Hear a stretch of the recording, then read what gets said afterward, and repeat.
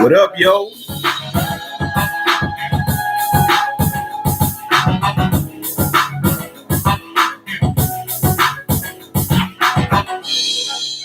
You're tuned in to the Iceman Show podcast. I am your host, the Iceman. More bounce to the ounce, and I say what counts. Don't nobody go home till the fat man gets it in. What's happening, chocolate people? We're back for another installment of the Iceman Show podcast. Got a lot of stuff to talk about tonight. You don't want to miss it.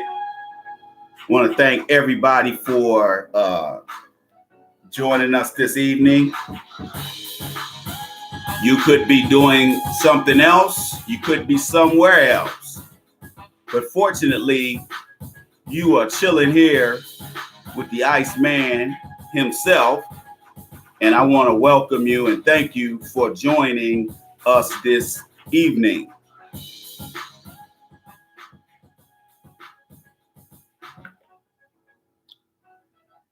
Let's get into this because I don't want to hold you guys too long. I really want to get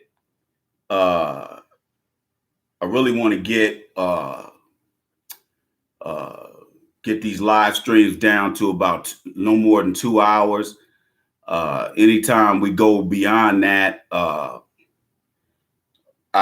don't think you're getting as much out of it as you should. So, if it's difficult for us to sit in front of a television and watch a 2-hour movie, it's definitely difficult for you guys to sit here for 3 or 4 hours. So, I'm quite sure you're up doing out doing other things or around the house doing other things rather than listening to me. So I think we all can get a benefit from more of a benefit from this if we get it down to a couple of hours. So rather than giving people a chance to get in the chat room and join us, we're just going to go ahead and start. And these folks can just come back and join us when they get a chance. If you are in the UK, I'd like to welcome you to the Iceman Show podcast. If you're on the continent of Africa, if you're in Latin America, if you're anywhere else in Europe, I'd like to thank you for breaking bread with the Iceman. You digs? So without further ado, we're going to get into this.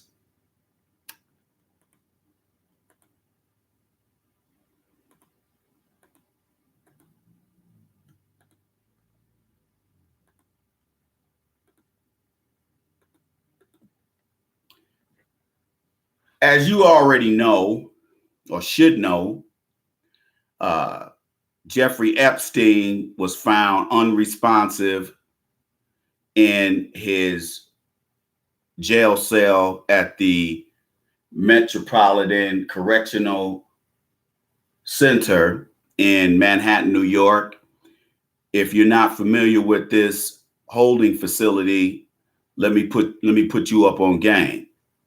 The MCC, as it is called, is a fortress.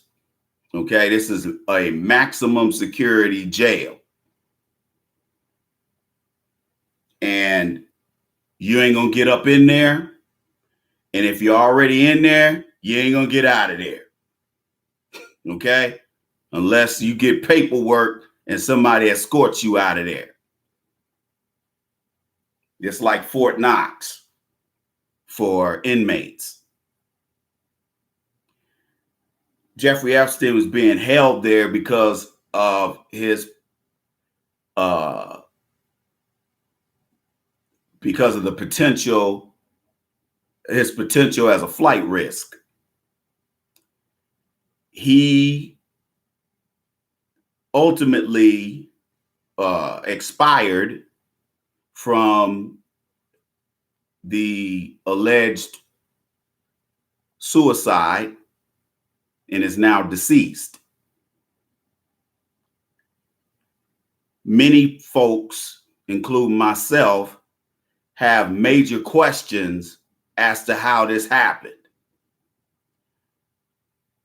If you have worked in corrections like I have, you know, even in a minimum security jail or prison, it is still almost nearly impossible to get in and out of a minimum security facility without the help of somebody that works there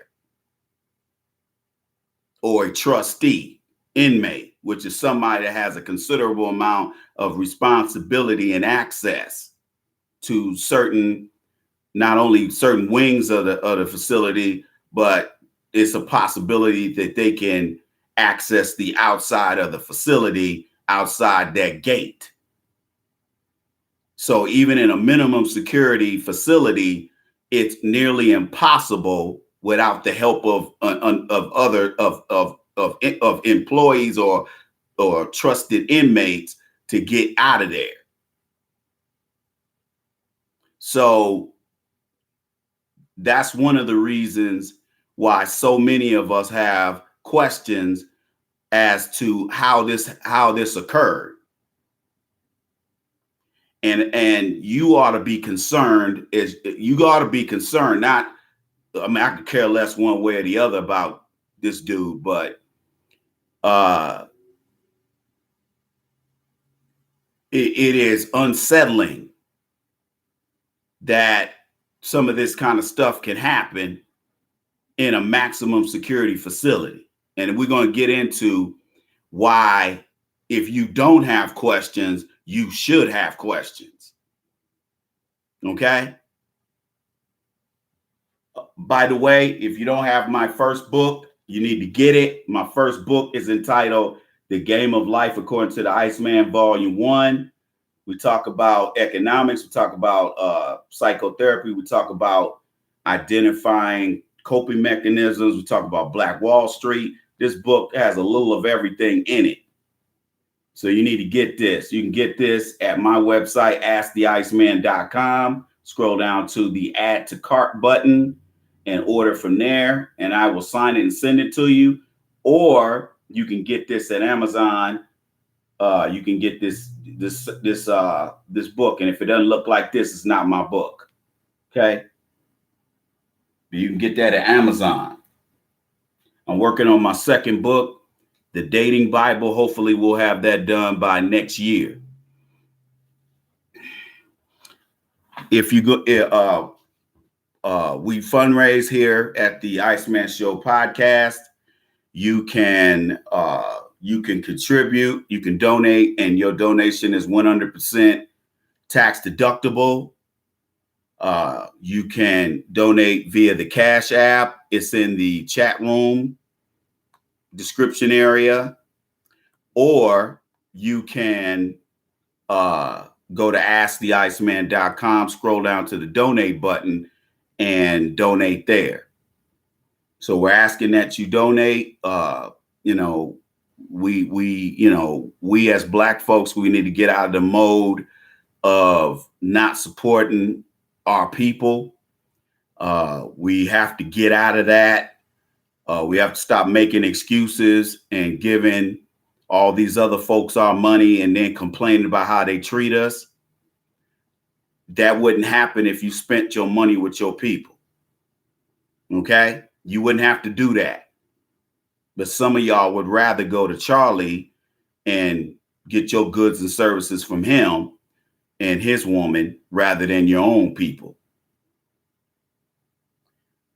So we want to make sure that we not walking around with that crabs in a bucket mentality, because some of us have that problem. You digs? Anyway,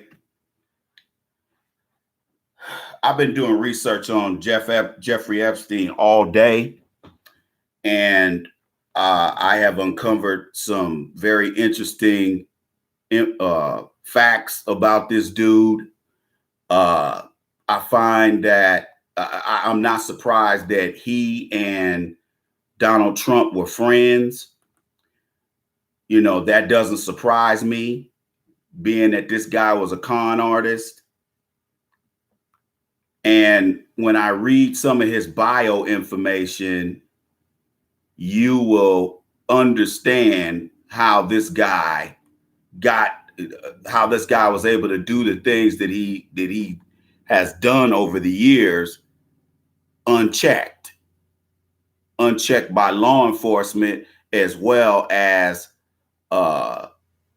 fellow business people.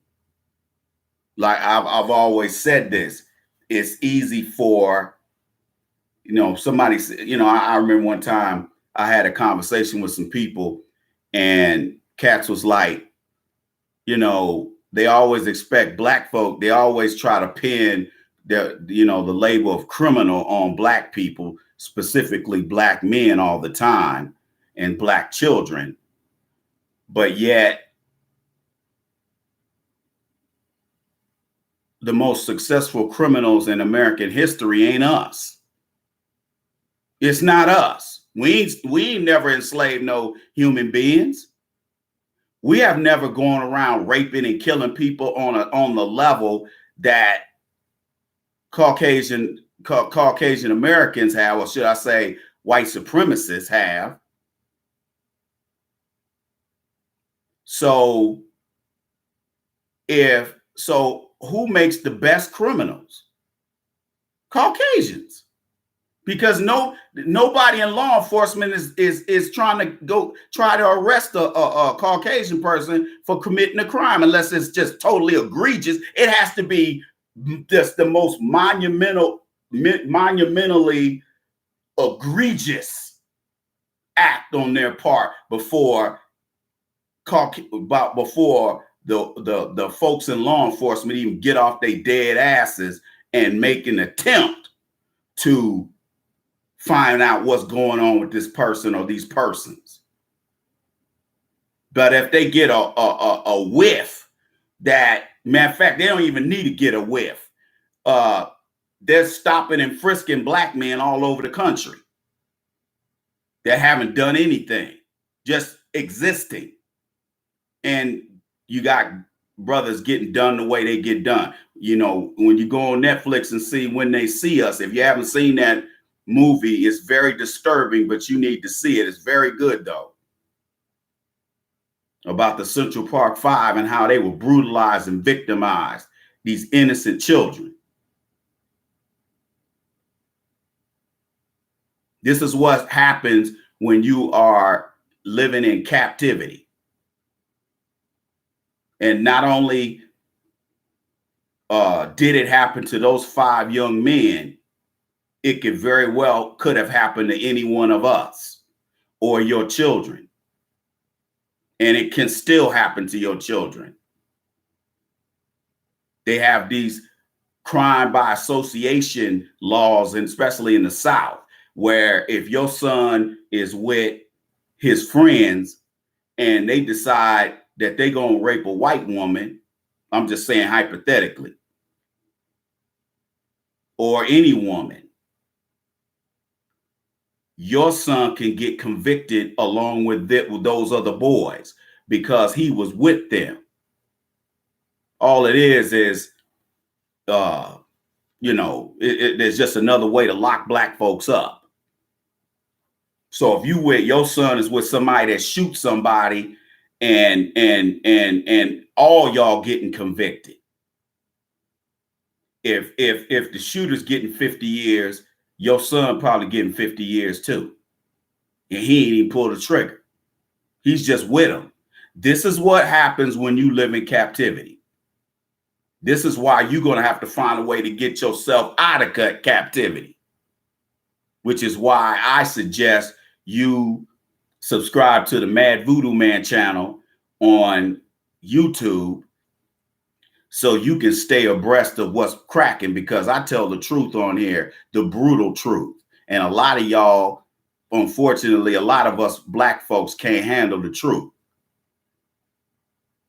But if you can't handle it, I suggest you go somewhere else, because I'm here for the men and women who want to be educated and want the truth. Because a lot of you guys are so busy, you ain't got time to get the truth. You ain't got time to do the research. I do. You digs? Anyway, Jeffrey Epstein, his bio page is just probably 10 pages. So it took me a minute to read most of it. I didn't read all of it, but I read the most important parts.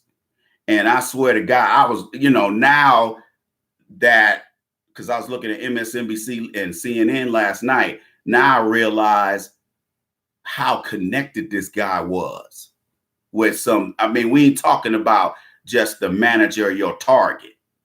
Oh no, we're talking about presidents, prime ministers, defense ministers, royalty, like connections to the British royal family. This guy was no joke when it comes to who he knew and who he rubbed elbows with. Okay? So what we're going to do is we're going to objectively comb through this information to come to the conclusion as to whether or not Jeffrey Epstein was murked. Okay? All right, let's get into this.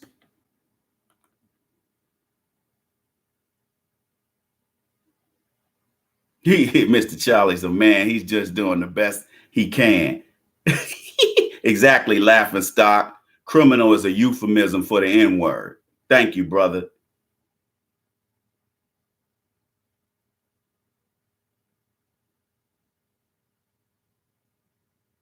What up, Triple T Kill? What's up, baby? Monstar, what's happening?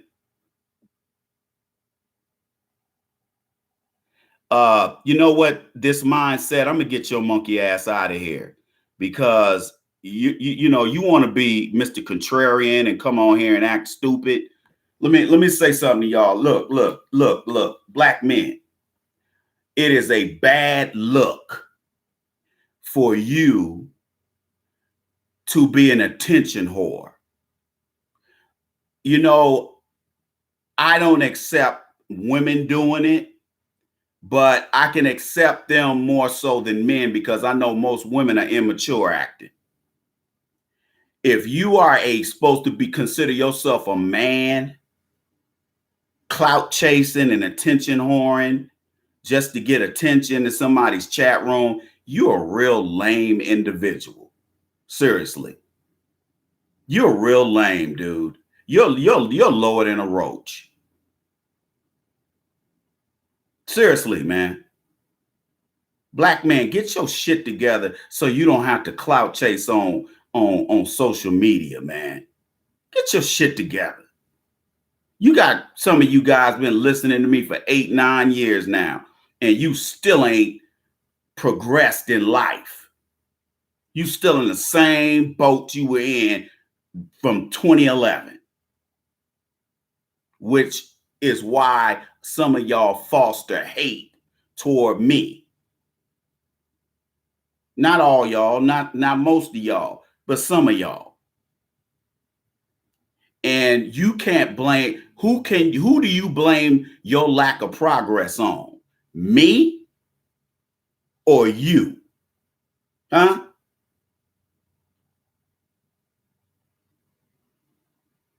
Whose fault is that? Because it ain't my fault. Because I ain't the one over there paying. I ain't the one over there living your life. You are. So rather than see, it's just like my man Ice-T said, people don't hate up. People don't hate down. People hate up. Okay? See, I have no reason to hate nobody because I can go out here and get my own. Okay? You hate up because you ain't progressing in life. You're still in the same dingy, dark ass studio apartment you were in when you first started listening to me. Get your shit together, black man.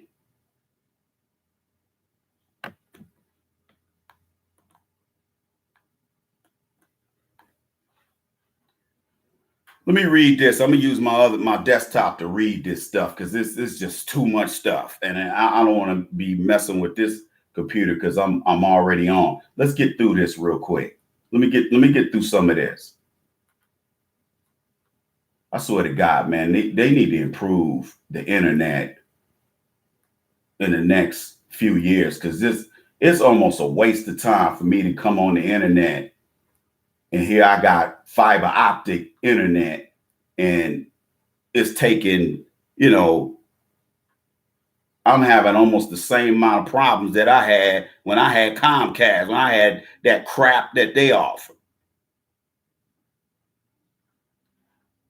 This, look, if you don't hear the red flags in the stuff that I'm reading, something is wrong. Okay?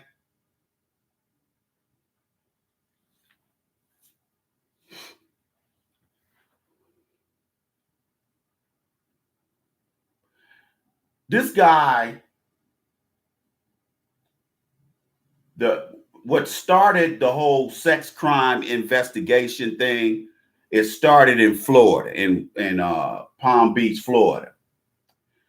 A lady complained that her 14-year-old daughter was molested by Epstein. He pleaded guilty and was convicted by a Florida state court for soliciting a prostitute and of procuring an underage girl for prostitution in 2008. He served 13 months work release. Now, those of you who don't know who haven't worked in the criminal justice industry like I have, let me explain what work release is. Work release is during the day you get let out to go to your job, and at night when you get off, you have to sleep in your cell. Now you're going to be disturbed by some of the stuff that is in here.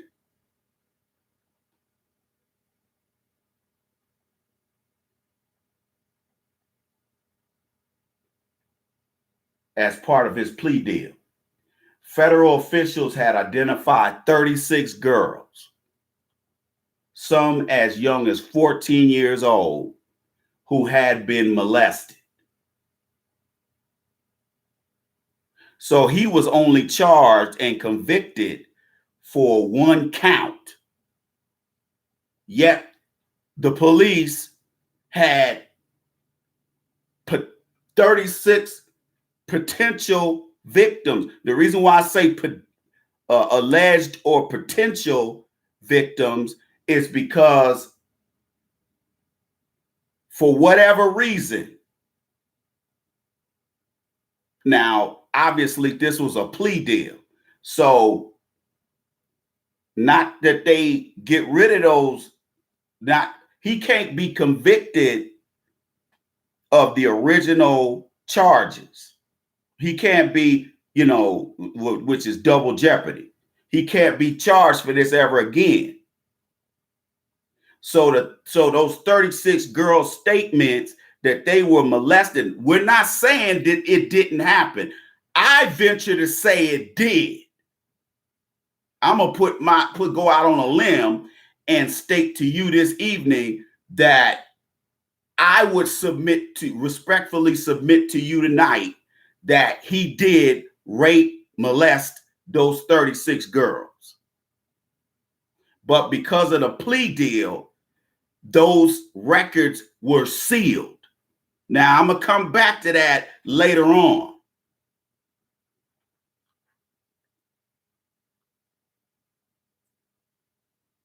As of July 6, 2019, which you're familiar with, he was arrested again on federal charges for sex trafficking of minors in Florida and New York.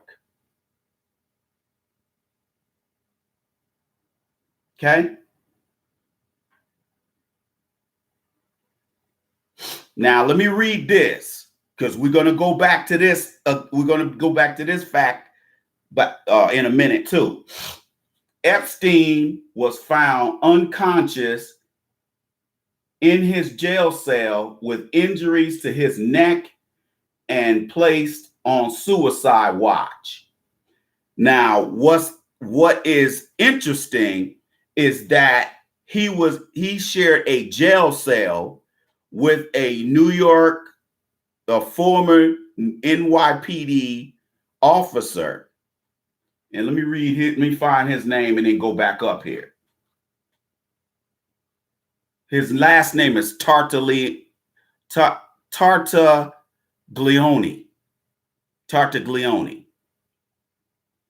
And this guy was awaiting, I believe he had been either charged and convicted or just charged, and he was awaiting trial for 4 counts of murder.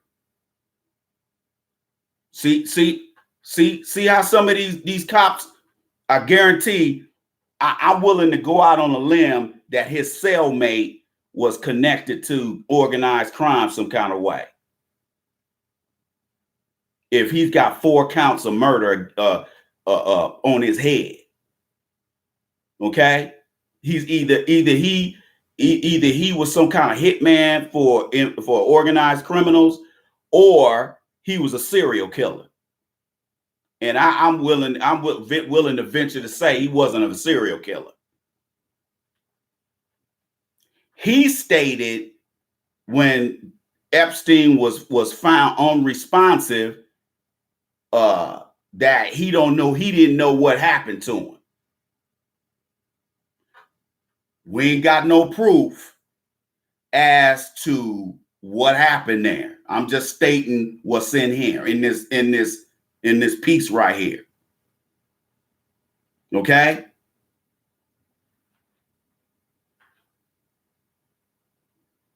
Was it a hit?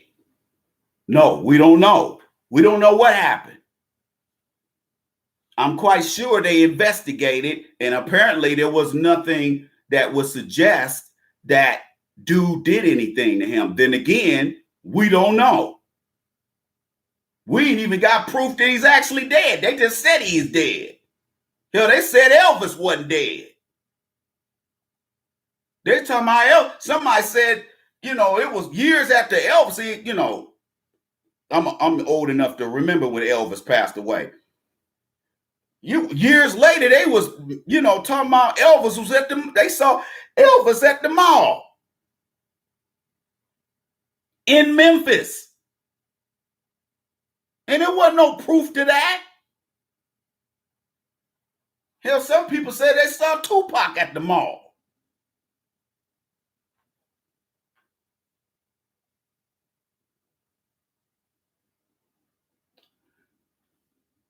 Now, I found this interesting, black folk. It says here that he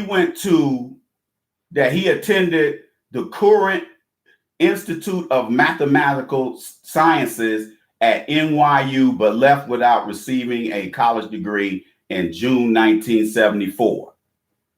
Epstein started working after the summer of 1974 as a physics and mathematics teacher at the Dalton School in the Upper East Side of Manhattan, where let me stop right there, because that part is going to really trip you out.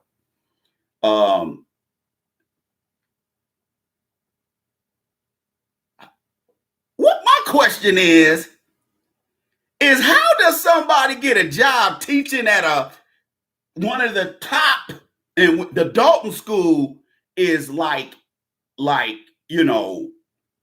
your kids ain't going to that school unless you either got a whole lot of prestige or you got a lot of paper, or both. Okay? Ain't nothing but senators and congressmen and women and corporate executives, actors, and other high-level judges. Kids go to that school. How does somebody with no college degree teach at a school like that? Now, I'm not questioning whether this guy was book smart, because he was. For somebody to learn how to do physics and math and do algebra and calculus, and this person don't even have a degree, is pretty monumental, to say the least. But check this out. Donald Barr was the headmaster, and he is the one who hired Epstein. Now, Donald Barr is whose daddy? Whose father? Whose kid? Who's? Let me explain something to you. The attorney general right now, the attorney general of the United States, William Barr, that's his daddy. Okay? Your wheels better start turning.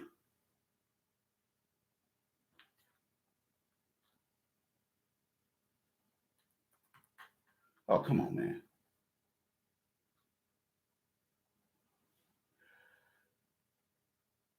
Epstein, while a teacher at the Dalton School, got hooked in with the CEO of Bear Stearns and ended up getting a job at Bear Stearns as a junior assistant on the trading floor. He weaseled his way into becoming a high value, what do they call him? A high value special products options trader. So apparently he must have passed the Series 7 test. And some of his clients were Seagram President Edgar Bronfman, and some other folks. Let me try to move a little faster with this. So what he did is he, after, in 1981, he founded his own consulting firm, Intercontinental Assets Group Incorporated, IAG. And basically what he was a high level debt collector, okay, for wealthy clients and corporations. Now, let me read something that's really going to trip you out. During the 1980s, Epstein used to go around telling people he was an intelligence agent. And he possessed an Austrian passport that had his photo but a false name. The former senior White House official, that U.S. Florida District Attorney Alexander Acosta, who handled Epstein's criminal case in 2008, said to Trump transition interviewers, "I was told Epstein belonged to intelligence and to leave it alone, and that Epstein was above his pay grade."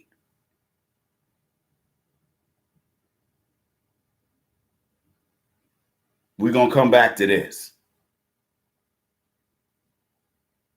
During this period, one of Epstein's clients was a Saudi Arabian businessman by the name of Adnan Khashoggi, who was the middleman in transferring American weapons from Israel to Iran. Iran-Contra, remember that? Reagan didn't go to prison for that. Y'all see, y'all wheels turning? So this guy's a bag man for the CIA. This Khashoggi dude. You see why we turn a blind eye to Saudi Arabia?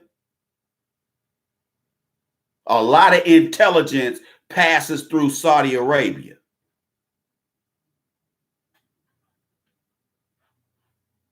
Khashoggi was one of several defense contractors that was familiar with Epstein. Well, he was his client.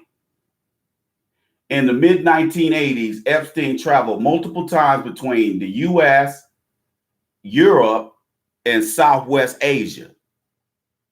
Rich Caucasian men don't go to Asia unless they are going to engage in pedophilia. While in London, Epstein met Stephen Hoffenberg.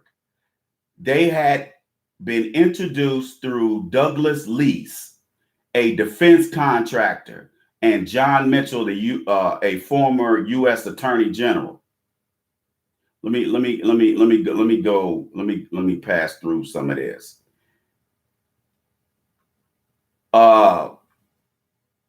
Epstein was involved in a major Ponzi scheme that lost $450 million to investors. Epstein left the company 3 years before it imploded, so he was not charged with a crime. Let me fast forward through a lot of this stuff. Some of this stuff is not really all that relevant. Now, the guy that owns the Limited, now you saw on the news this weekend that he was throwing Epstein under the bus. Notice that? He was throwing Epstein. This is the guy that owns the Limited, Pink, and Victoria's Secrets.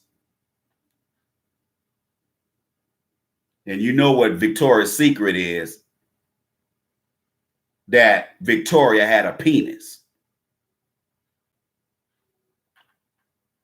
He was the money man and also had power of attorney over this guy's affairs. He was allowed, the power of attorney allowed Epstein to hire people, sign checks, buy and sell properties, borrow money. So basically, this Leslie Wexler Wexner dude, he's probably a Jewish cat. Because remember, these guys run in the same circles. That's why you can't look at somebody's religion and judge whether or not they're a decent person, because Epstein was a pedophile and a sex predator, and he happened to be Jewish. Being a Jew, being Jewish had nothing to do with his exploits. Let's just get that straight, okay? Because there's some white supremacist sitting somewhere saying, reason why Epstein had a lapse in moral characters because he was a Jew. First of all, he's not a Jew. He's Jewish. The only people who can be Jews are black people. Okay, let's go through this. Now this Leslie Wexner guy, now he's throwing Epstein under the bus, talking about Epstein stole over $40 million from him. Okay, there's a reason why he's doing that. He's doing that because his name might pop up in later in time in the future. So he's trying to distance himself by throwing Epstein under the bus. I'm not fooled by that, by the way. Hope you ain't either. Okay, let's now. Epstein created a company called Liquid Funding Limited, or he became the president of Liquid Funding Limited. And basically what this company was it's a debt company. And what they do is it's just like, here's what they did. Here's what they did. See, and notice you haven't heard you doing that economic collapse back in 07 and 08 and 09. You notice you never heard Epstein's name. But yet here they talk about how Liquid Funding Limited was selling derivatives. Are your wheels continuing to turn? And so what they were doing is, when they loan money to commercial clients, what they would do is instead of being paid back with let me read this, and it'd probably be best because I know what I'm talking about, I just can't explain it. So basically what they were doing, they would, instead of giving money to a borrower in exchange for securities, when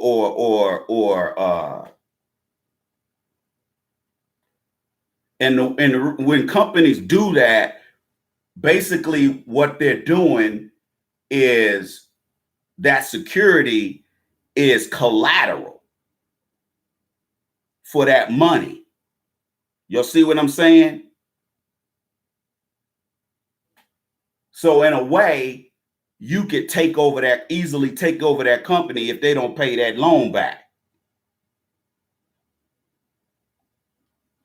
The borrower then agrees to buy back the security at a later time and at a it doesn't say set price, but that's probably what they mean. Okay, so you might say, okay, we loaned you $150 million and we want, right now your stock is worth $120. Well, you need to buy your securities back from us at $150 a share. You see, so we make $30 per share profit. Companies, that's not illegal. Okay. Here's where the illegal part came in. It depends on who you talk to.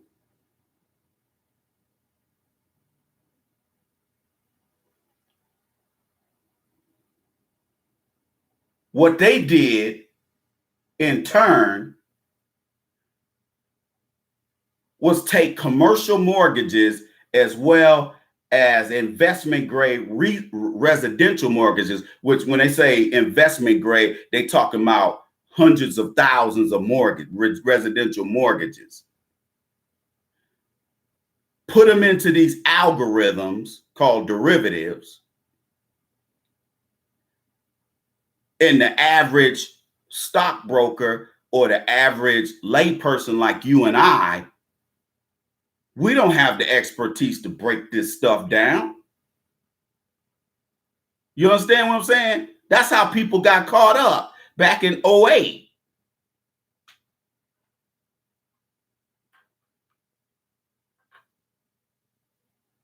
Bear Stearns owned 40% of Liquid Funding Limited's, of the company.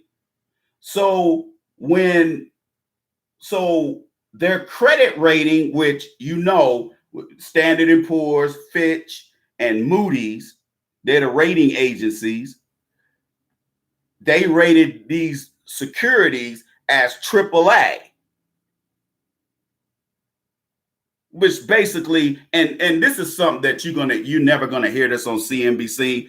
But what they do, what a lot of these Caucasians do, is they people over here at these three rating companies, they be bribing them fools. They be bribing them. So they'll be like, okay, I'm gonna take you to this high-end strip club, and I'm gonna get you, some head clinic back here in the champagne room. Next thing you know, old dude that works at Standard & Poor's is giving your company a AAA rating. They play this game all the time. That movie, The Wolf of Wall Street, look, that happens every day. That ain't just that dude on that movie. That happens every day.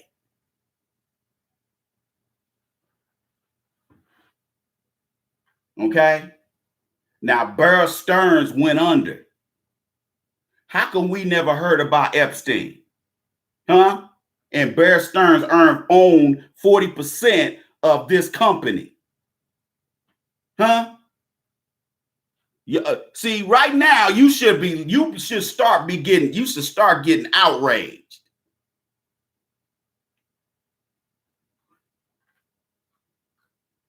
Diddy took money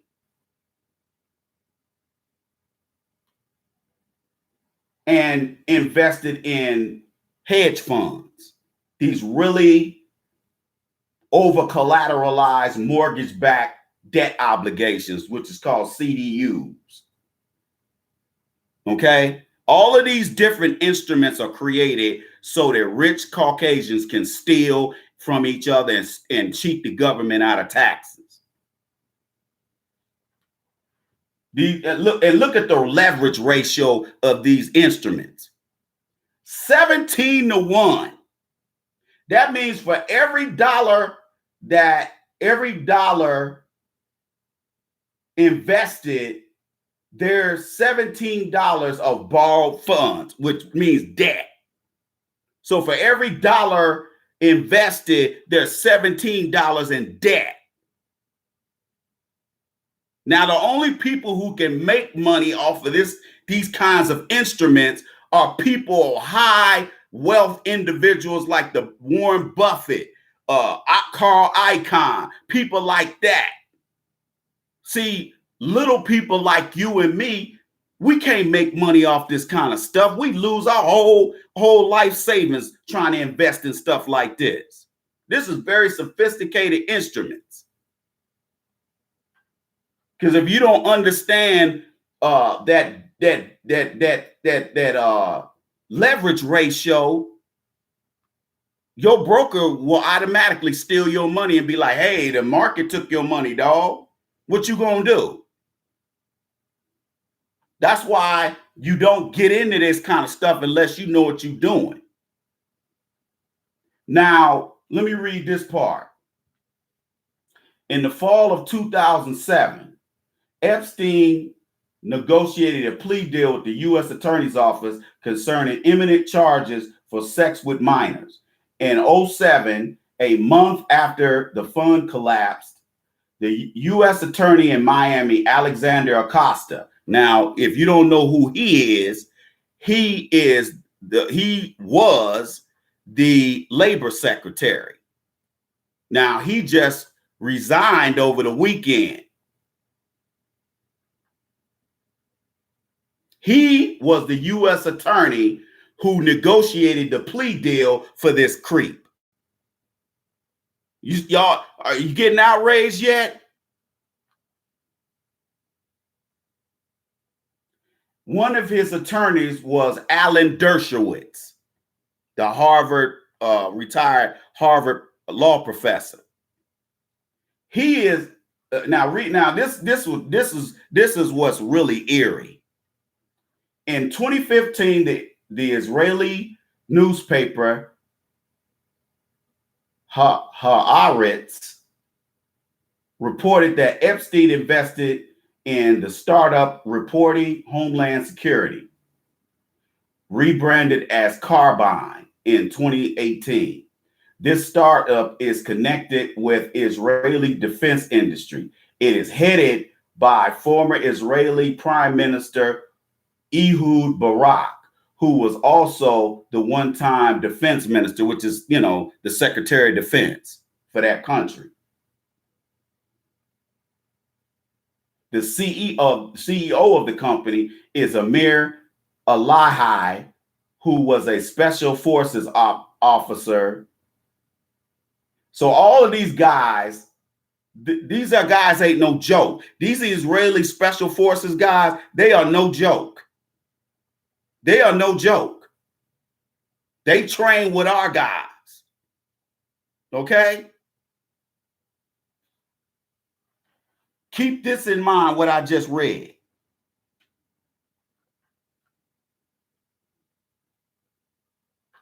In 2005, a woman contacted Florida's Palm Beach Police Department and alleged that her 14-year-old stepdaughter, this is another girl, had been taken to Epstein's mansion by an older girl.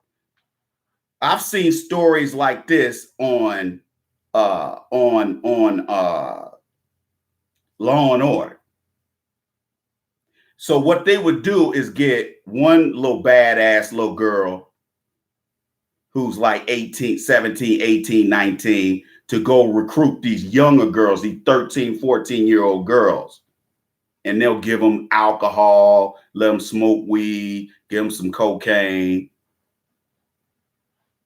And then after they soften them up, then they hit them up with, by the way, for $500, I need you to go over here and have sex with this prime minister from this country over here. That's how that stuff goes down. Okay? At Epstein's mansion by an older girl.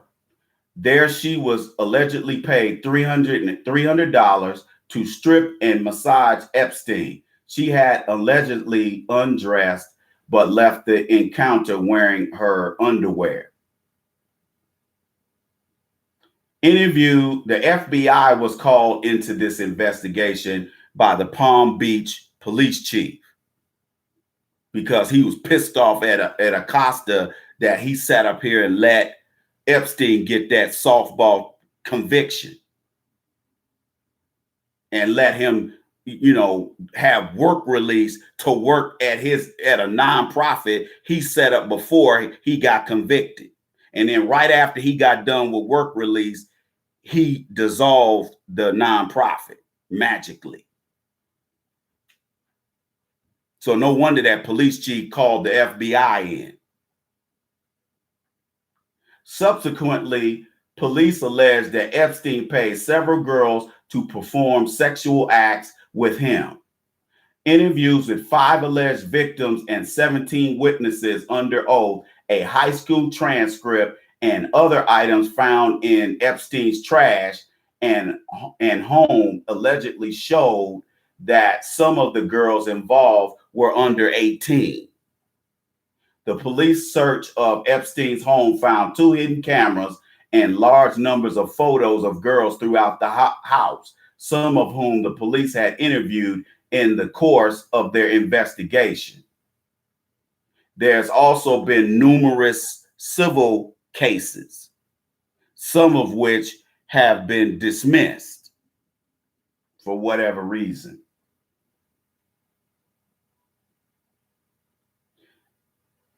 Now, this will shed some light on why I named this broadcast what I named it in the first place, was Jeffrey Epstein Merc'd.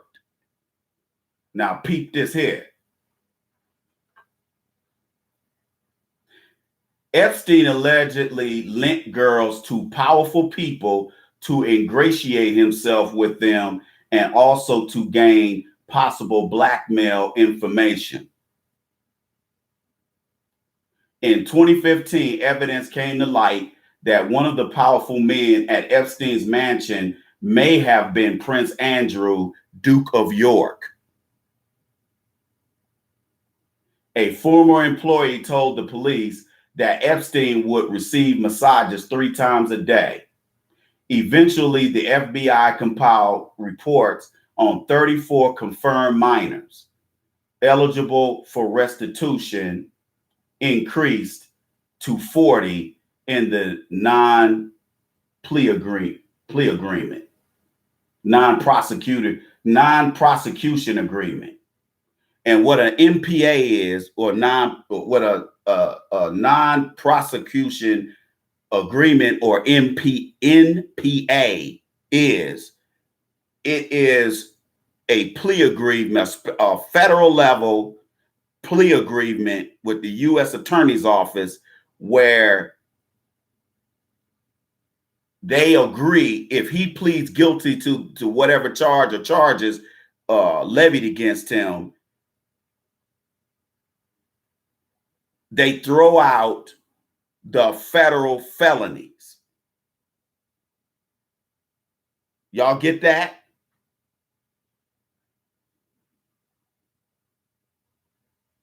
Which is a softball conviction.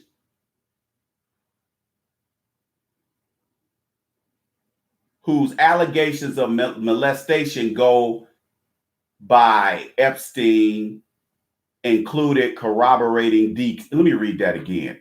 Eventually, the FBI compiled reports on 34 confirmed minors eligible for restitution, whose allegation of molestation by Epstein included corroborating details. That's huge, because basically what they're saying is there's corroborating victim statements and witness statements along with evidence that corroborate. We're going way past probable cause here, people. We're talking about this is enough to take this to the state level district attorney or to the U.S. Attorney's Office. Y'all see where I'm going with this? Julie Brown's 2018 expose in the Miami Herald identified 80 and located about 60 victims. She quotes the then police chief, Michael Ryder. There was 50-something she's and one he. And the she's all basically told the same story.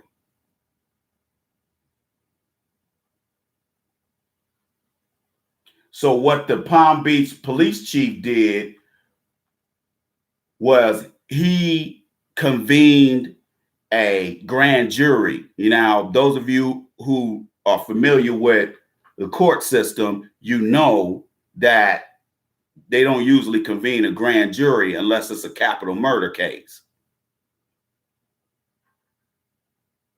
Now these are the lawyers that Epstein hired. Roy Black, Gerald Lefcourt, I've heard of him, Harvard Law School professor Alan Dershowitz, and former Clinton special prosecutor Ken Starr, that phony religious zealot. who also got fired as president of Baylor University down there in Waco, Texas.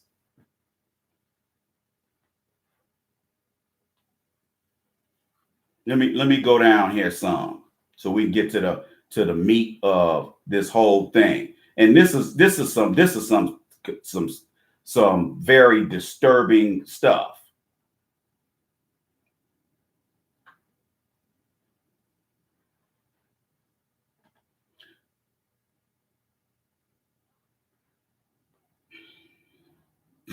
Epstein was housed in a private wing in the Palm Beach County stockade. Now, I don't know why they call a jail a stockade, because last I heard, a stockade was where they housed beef cattle. I don't know why they call it that. That must be a southern thing.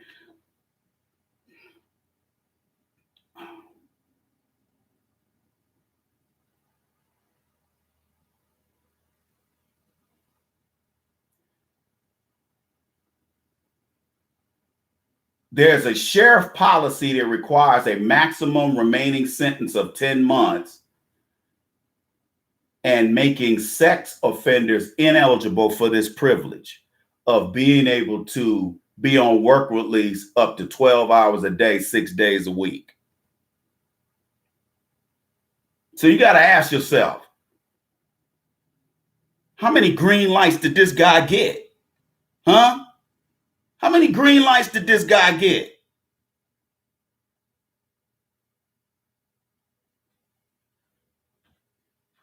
Epstein's cell door was left unlocked, and he had access to the attorney room where a television was installed for him before he was moved to the stockade's previously unstaffed infirmary. He worked at the office of a foundation he set up shortly before reporting to jail. He dissolved it after he served his time. Remember, I just said that? The sheriff's office received $128,000 from Epstein's nonprofit to pay for the cost of extra services being provided during his work release.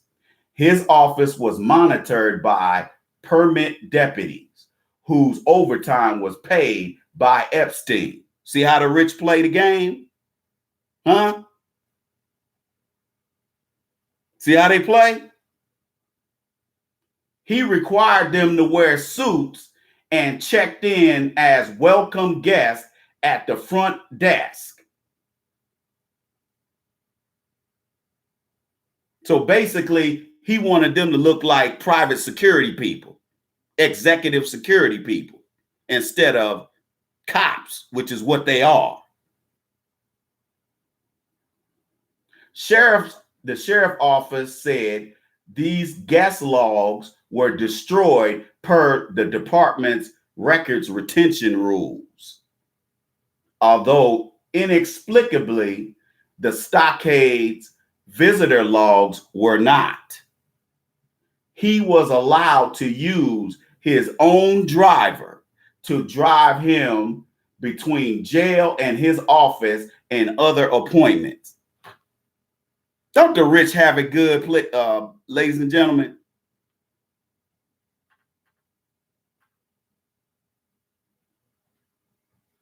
While on probation, he was allowed numerous trips on his corporate jet, which is a Boeing 727 modified jet, which means it's a pretty big ass plane for one person.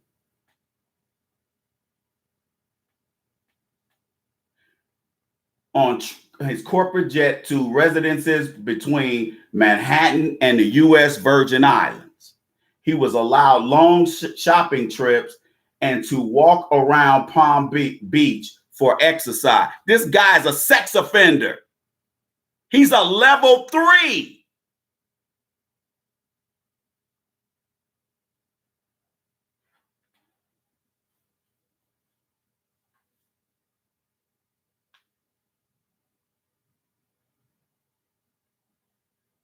He was also registered as a sex offender in New York State as a high-risk repeat offender.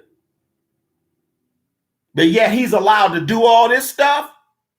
How many people you know can fly from to and from U.S. territories as well as different states, and they're a sex offender and they're on probation?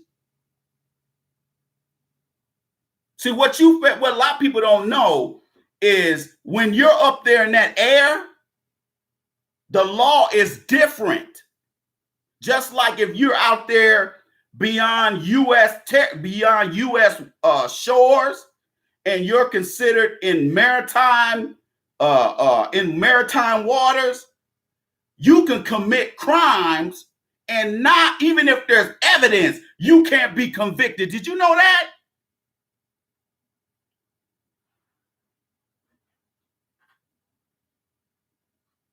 Man, this dude, you talking about getting green lights.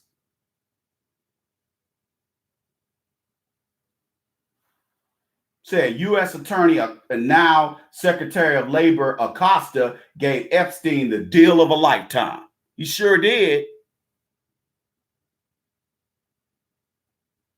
After the accusations became public, several persons and institutions returned donations that they had received from Epstein, including Elliot Spitzer. Remember him, Mr. Let me have sex with a escort prostitute with no condom, and you married.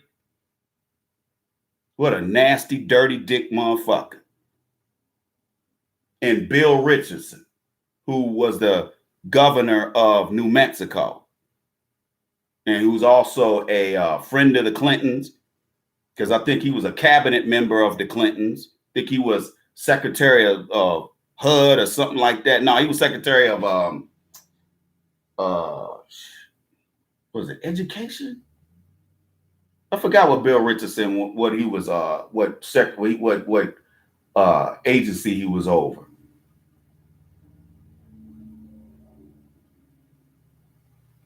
Harvard University announced they would not return the donated money from Epstein.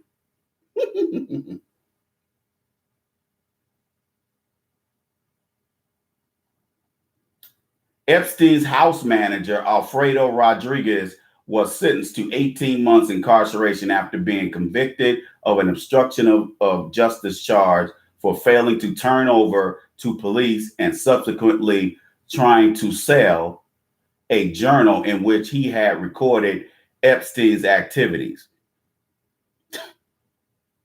Leave it to a broke ass person of color to try to make a quick buck. Then it lists all these different civil cases by Jane Doe's filed against Epstein. And then there's one case of Jane Doe's versus Epstein and Donald Trump. I'm going to get to his ass in a minute. Now, a central figure with Mr. Epstein is this Ghislaine Maxwell, who is a socialite. She's a British socialite, and her dad is some media dude that lost all his damn money. This Ghislaine Maxwell trafficked. She was the madam. She was the unofficial madam of Epstein. She was the liaison person that would set the girls up with certain high-end clients. This lady named Virginia Roberts, she tried to sue Epstein, and she alleged that she was held as a sex slave by Epstein. And she alleges that this Maxwell lady trafficked her to several people, including Prince Andrew, Duke of York, part of the royal family of Queen Elizabeth. Y'all see how murky this gets? Roberts also claimed that Epstein, Maxwell, and others had physically and sexually abused her. I don't doubt that at all. Roberts alleged that the FBI may have been involved in a cover-up. She said she had served as Epstein's sex slave from 99 to 02 and had recruited other underage girls. Remember I told you they get these other more sophisticated older girls that may be 17, 18, 19. They're probably usually of age. And they are used to broker the trust of these younger underage girls. This happens all the time. This is why I tell all of you folks to know where your daughters are. Not just your sons, but know where your daughters are, because this kind of stuff can happen to your child. If you, since you want to, be out here doing whatever you doing, this could happen to your child. This could happen to your son too, because there are males out here, high-end male clients who want boys. And if you don't have sex with them, they will beat the snot out them boys and them girls. So they usually just comply, even though they don't want to. Prince Andrew, Epstein, and Dershowitz are accused of having sex with Roberts. Dershowitz took legal action over the allegations. You know what? I find that easy to believe. A diary purported to belong to Roberts was published online. Epstein entered an out-of-court settlement with Roberts, which means she must have had the goods on his ass, as he had done in several other lawsuits. The BBC television series Panorama planned an investigation of these claims. As of 2016, these accusations had not been tested in any court of law. Wonder why? Maybe because it's connecting Prince Andrew. So obviously ain't no British court gonna touch this. Duh.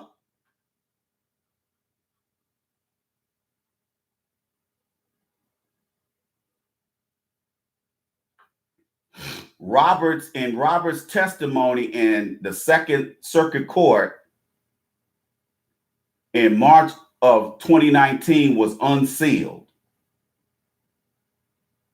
And it was redacted to protect innocent parties. In Roberts' testimony, she claimed that she was directed by Maxwell, the madam, to give erotic massages and engage in sexual activities with Prince William, Jean-Luc Brunel, Glenn Dubin, who's a billionaire, Marvin Minsky, Governor Bill Richardson, another unnamed prince,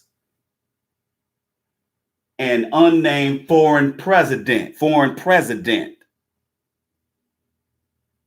a well-known prime minister, and an unnamed hotel chain owner from France, among others that she could not name. Roberts testified, "My whole life revolved around just pleasing these men and keeping Miss Maxwell and Jeffrey happy." Their whole entire lives revolved around sex. That I can pretty much get with that. I get with that. I believe that. A federal lawsuit filed in California in April of 2016 against Epstein and Donald Trump by a California woman alleged that the two men sexually assaulted her at a series of parties at Epstein's Manhattan residence in 1994 when she was 13 years old. The suit was dismissed by a federal judge in May of 2016 because it did not raise valid claims under federal law. You think it might? You think? How is that? They done lock niggas up for a whole lot less in federal court.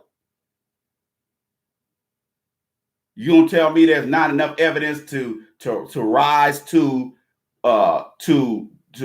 meet the requirement of federal law? The woman filed another federal lawsuit in New York in June of 2016, but it was withdrawn 3 months later, apparently without being served on the defendants.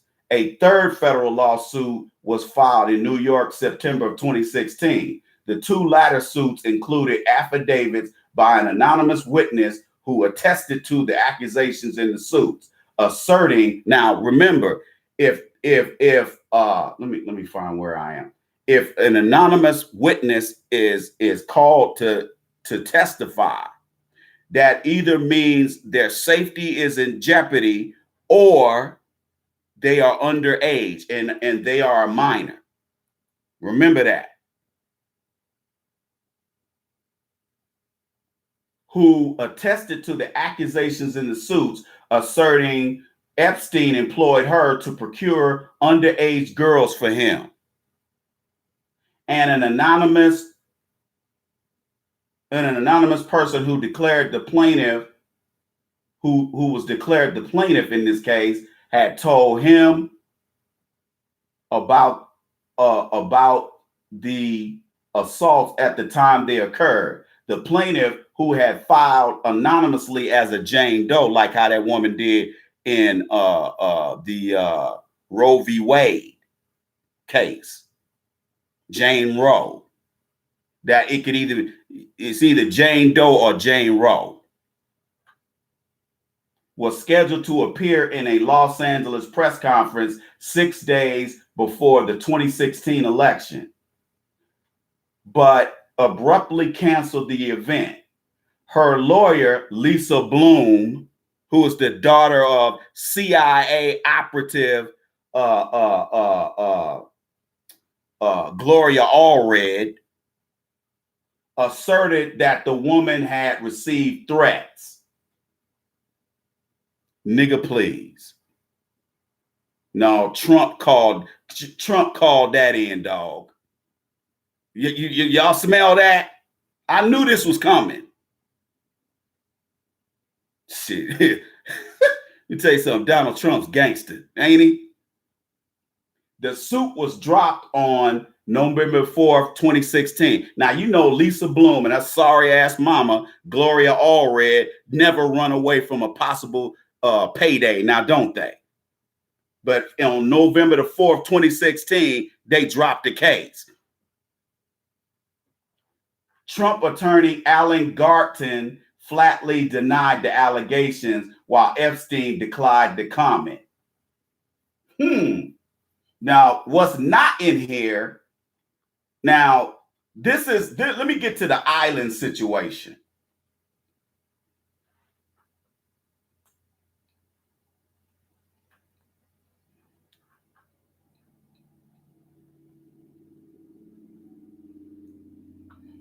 Epstein owned a private Caribbean island, Little St. James Island, which is part of the chain of islands that it falls under the umbrella of the U.S. Virgin Islands.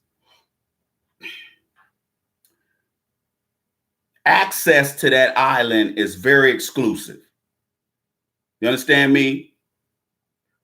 There are cases where even the local government can't do anything to these people. That's why these people go and buy this real estate, this land in these territories or with these foreign countries, because they know they got carte blanche. They can do whatever they want to do. You dig? Now, this is not in here, but I found out that Jeffrey, guess who one of Jeffrey Epstein's buddies, main running buddies, was? Ben Salman, the prince, the ruling prince of Saudi Arabia. Are your wheels turning now? Huh? The same guy that ordered the murder of that journalist, that Washington Post journalist Khashoggi.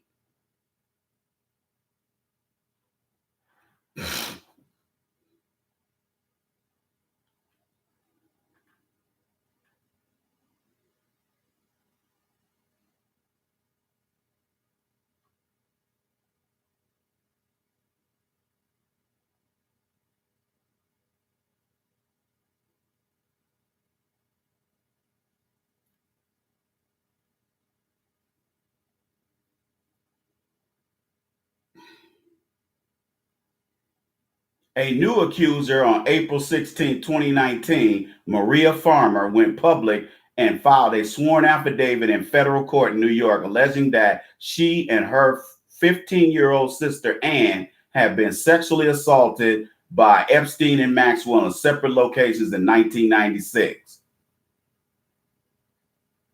Farmer had met Epstein and Maxwell at a New York City art gallery reception in 1995. The following year, in the summer of 96, they hired her to work on an art project in Leslie Wexner's Ohio mansion, where she was then sexually assaulted. Farmer reported the incident to the New York City Police Department and the FBI. Epstein flew her then 15-year-old sister to his New Mexico property. He had a 7,500-acre ranch in near Santa Fe, New Mexico.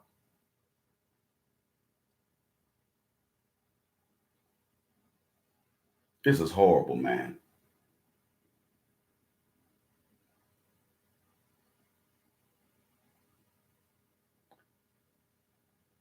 He in some of Epstein's homes, they found thousands of pictures of underage girls in lingerie, undergarments, as well as nude.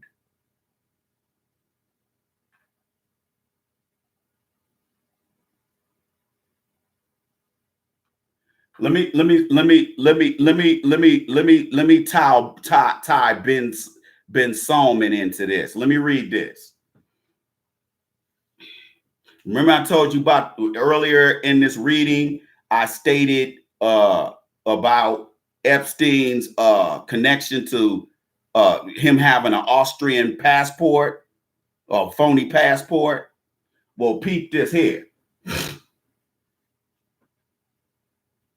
The passport had numerous entrance and exit stamps, including entrance stamps that showed the use of the passport to enter France, Spain, the UK, and Saudi Arabia in the 1980s, which means he's known Ben Salman since he was a kid. Because I think he's only like 30-something years old, right? 30 or 40 years old, the prince. He couldn't be no older than that. I know he ain't as old as I am, because his daddy is like 80 years old or something like that. The passport showed his place of residence as Saudi Arabia. According to his attorneys, Epstein had been advised to acquire the passport because, as an affluent member of the Jewish faith, he was prone to kidnappings whilst traveling abroad. Nigga, please. So apparently that passport, now back then in them days, there wasn't computerized. So you really back then you can get away with having a phony passport. See, now you can't. When Epstein was arrested July 6th of 2019, his attorneys offered to post $600 million bond including 100 million from his brother Mark. They was really trying to get this dude out of jail. And the judge denied the request, saying he was a serious flight risk, which is true. The guy got a plane. He got all these contacts all over the world. And plus he apparently, I don't think he was bragging, talking about he was an intelligence agent. I don't think he was an intelligence agent. I think he was a CIA asset. Because sometimes what the CIA would do is they will use people like Gloria Allred and people like that, or people like this dude to get information on certain actors around the world. You see what I'm saying? So they're willing to make them an asset, a CIA asset, which means they might give them certain powers and so that they will be willing to report this stuff back to them. And then we use it against those, we get dirt on those nations. See how this works?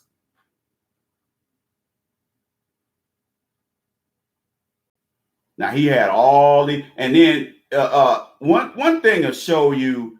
Now peep this. I was kind of like,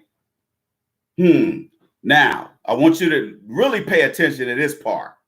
Epstein was a longtime acquaintance of Prince Andrew and Tom Barack and attended parties with many prominent people.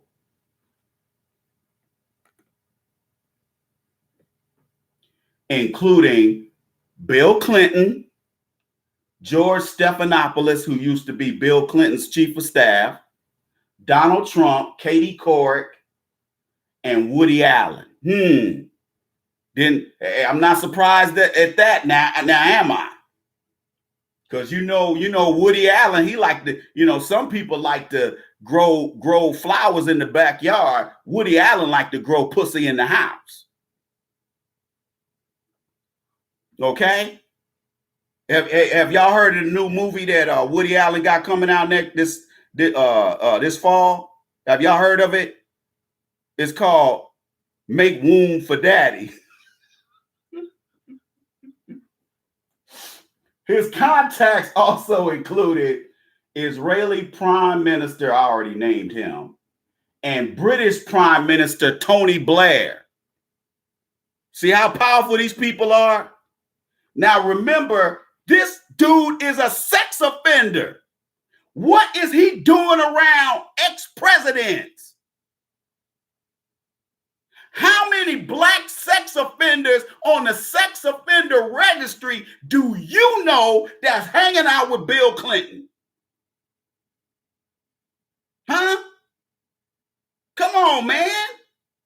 He hanging around the Crown Prince of Saudi Arabia, who's worth trillions of dollars. See, when you get to that level, it ain't about being a nigger no more. It ain't about being a spick. It's about green motherfucking money. Except in the case of like somebody like Bill Cosby, who's worth $400 million and his ass sitting in a 5x5 cell. Both Clinton and Donald Trump claim they never visited Epstein's island. That's a lie. That's a lie. According to CNN and MSNBC, that's a lie and a half. Epstein owned a private 727 jet nicknamed the Lolita Express.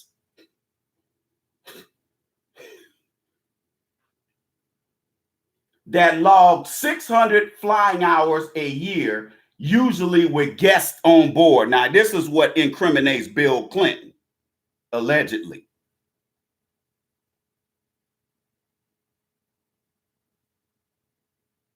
Epstein's brother told the Washington Post that Trump flew numerous times on Epstein's airplane, although he was only present on one of the flights.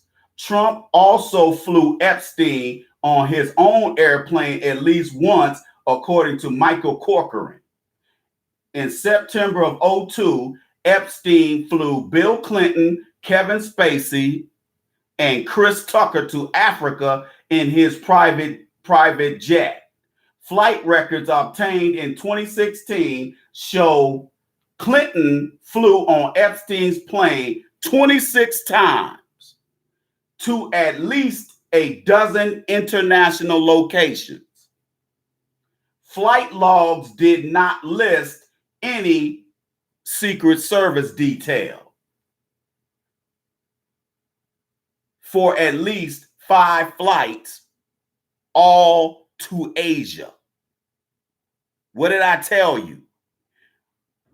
If you are a rich Caucasian male and you are going to anywhere, any country in Asia,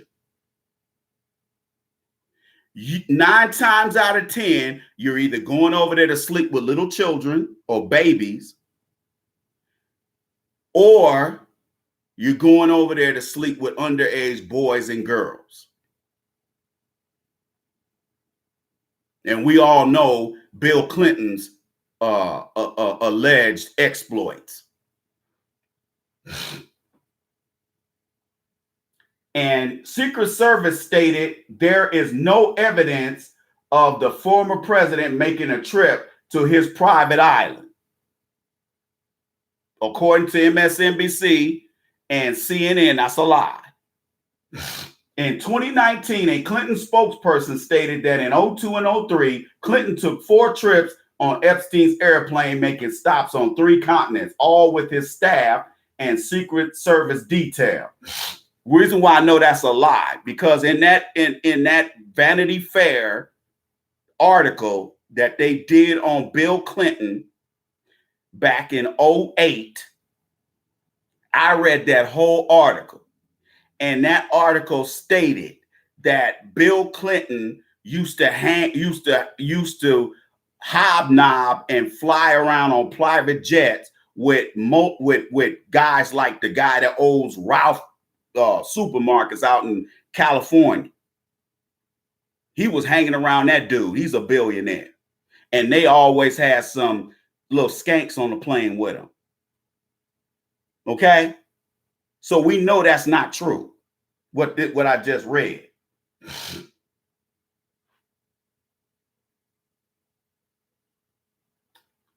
At the time of Epstein's 2019 arrest, Clinton spokesperson stated that Clinton hadn't spoke to Epstein in well over a decade and has never been to Little St. James Island, Epstein's ranch in New Mexico, or his residence in Florida. In documents unsealed the day before Epstein's death, the deposition of alleged sex slave Virginia Roberts included her allegations that when she was 17, Clinton visited Little St. James Island, that underage girls were present, and that Epstein threw a dinner party for the former president. She stated Secret Service was present, but not at all times. You know that. The Secret Service told Fox News it had no record of agents being on the island.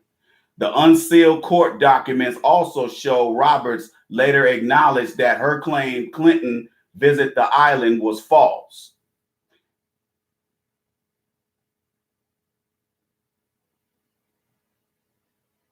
Okay, so this lady has some credibility issues. Roberts claimed Maxwell told her she flew Clinton to the island on her helicopter, although she conceded, I heard a lot of things from Miss Maxwell that sounded too true, too outrageous to be true, but you never knew what to believe. Well, that's the point.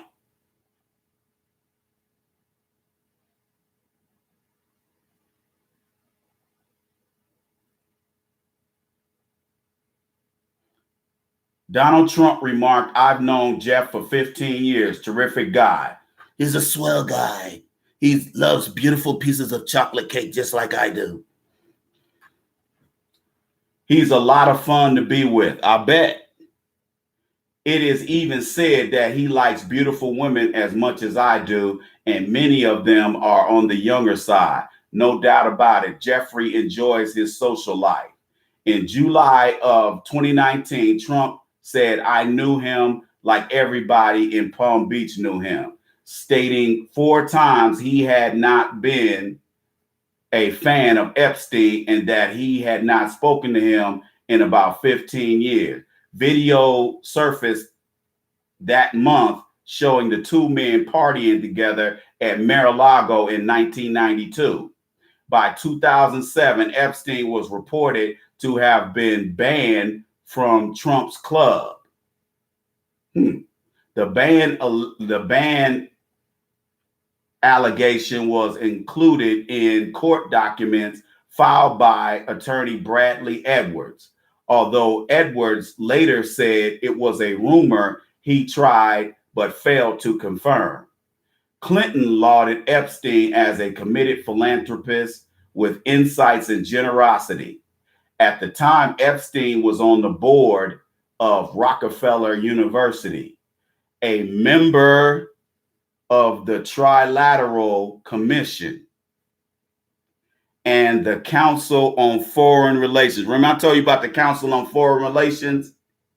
You don't become a member of the Council on Foreign Relations unless you are a high-powered motherfucker.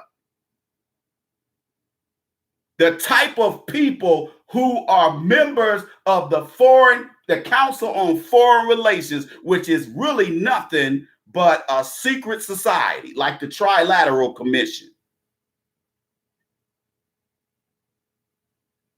Okay? Michelle Obama, President Obama, George Bush, his daddy,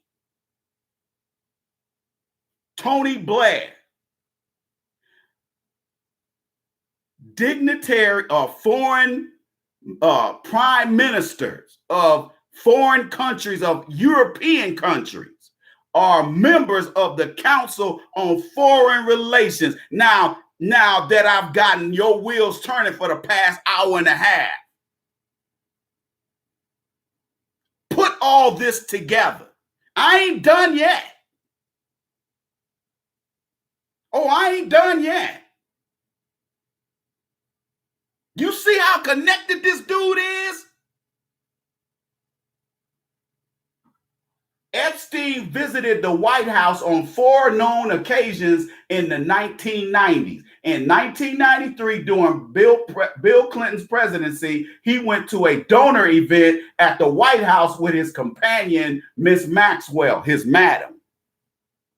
Around the same time, he also met President Clinton's aide, Mark Middleton, on at least 3 occasions at the White House. In 1995, financier Lynn Forrester discussed Jeffrey Epstein and currency stabilization with Clinton. Epstein, according to his own accounts, was heavily involved in the foreign exchange markets. Forex. Have you ever seen that on CNBC? Forex, that's what that is. And traded large amounts of currency in the unregulated Forex market. In 1991, Epstein also attended a small political fundraiser dinner for Bill Clinton, which included 14 other people, such as Ron Perlman, the actor, if that's the same guy, Don Johnson, Jimmy Buffett, and dinner organizer Paul Prosperi. From 1990s to the early 2000s, Epstein often socialized with future President Donald Trump.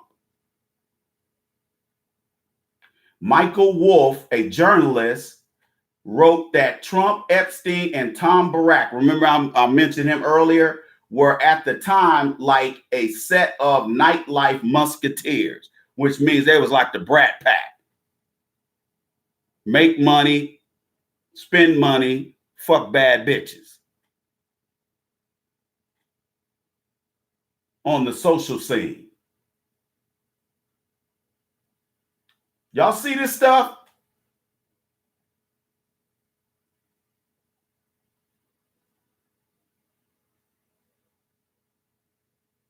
In November 2004, or before, Trump stated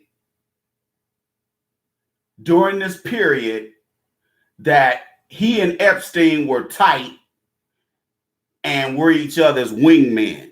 Now, come on, guys. You know how we roll. If we call somebody a wingman, that means you my dude. We go bang these bitches with. Okay, you know that's your dude. Okay, I've had guys over the years that we used to run them streets like that. We used to tag team them hoes. You digs? In November 2004, Epstein and Trump's friendship ran into trouble when they became embroiled in a bidding war for a $40 million mansion, which was being auctioned in Palm Beach. Trump won the auction for $41 million and successfully sold the property 4 years later for $95 million to Russian billionaire Dmitry Rubelow. That month was the last time Epstein and Trump were recorded to have interacted. So that's probably when he banned him from Mar-a-Lago.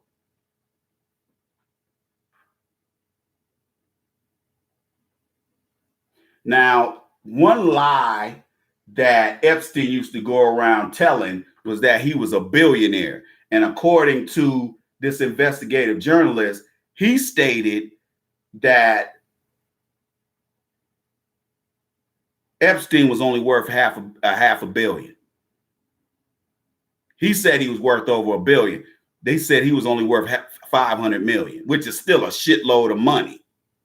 You can't spend that amount of money. You can't spend all that damn money.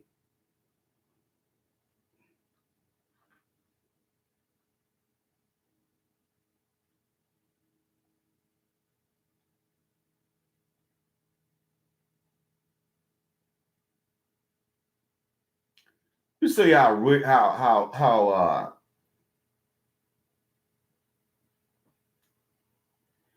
crazy this dude is, or how diabolical this dude is.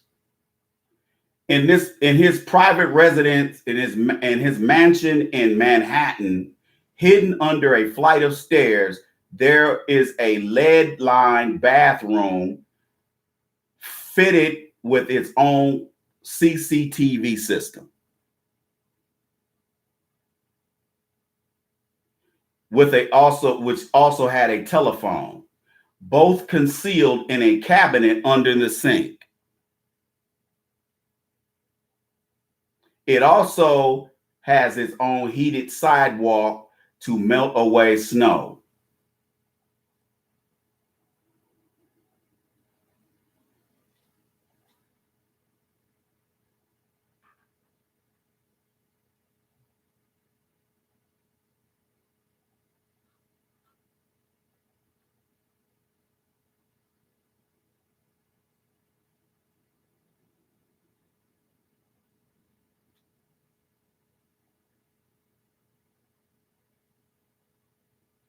The rest of this stuff is not even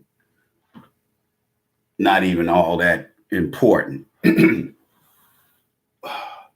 So what do y'all think? You think he was murked, or you think he committed suicide? Now, let me say this to all of you guys. Let me say this to you. I don't ever believe in coincidences. Not when it involves money and sex and death. Okay? Now you can sit there and think there's ever coincidences. I don't. I'm sorry, I don't. There's too much evidence here. There's too much evidence sitting right here in front of my face that would suggest to me that somebody punched that fool's clock.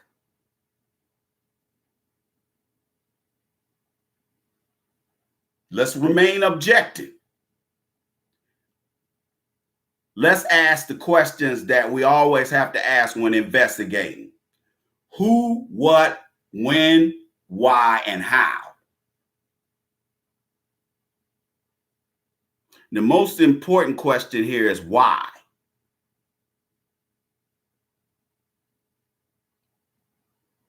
Okay? I'm gonna take a quick break. If you haven't donated, feel free to do that right now, because I know some of you have been paying attention to what I've been saying, so you know what's going on. You can keep up. I'm gonna take a quick break. If you haven't donated, please go ahead and do so now.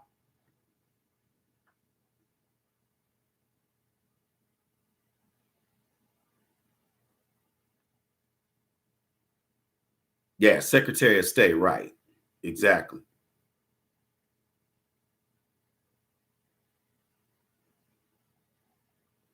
Oh, he's on the Young Turks. Oh, so we're not talking about the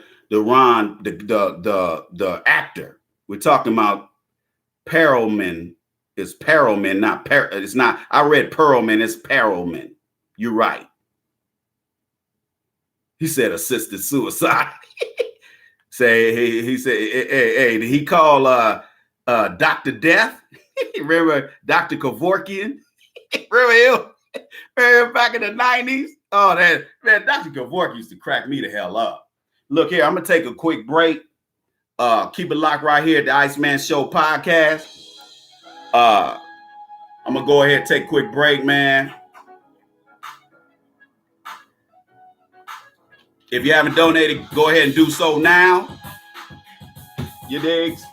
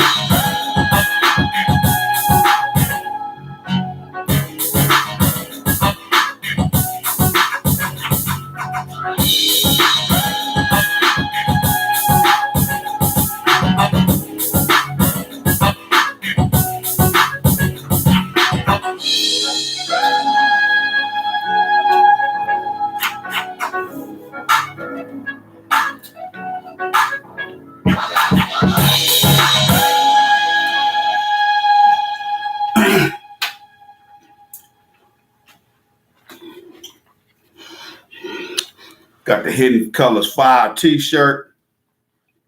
Make sure you get that DVD. I already ordered mine. Hopefully it'll get here in the next couple of weeks. The Art of Black Warfare. Can you dig it?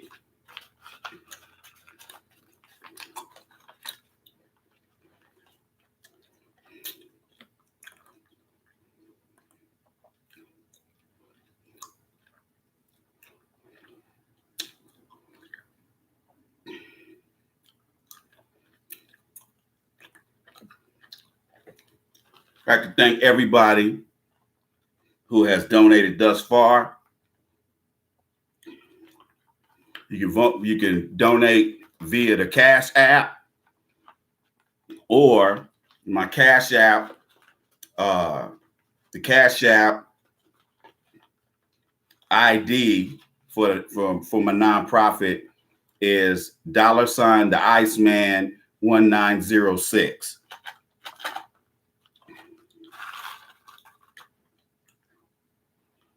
I chew some gum because I get dry mouth. Then I get a nasty taste in my mouth. And I don't want to eat no candy. So I chew gum.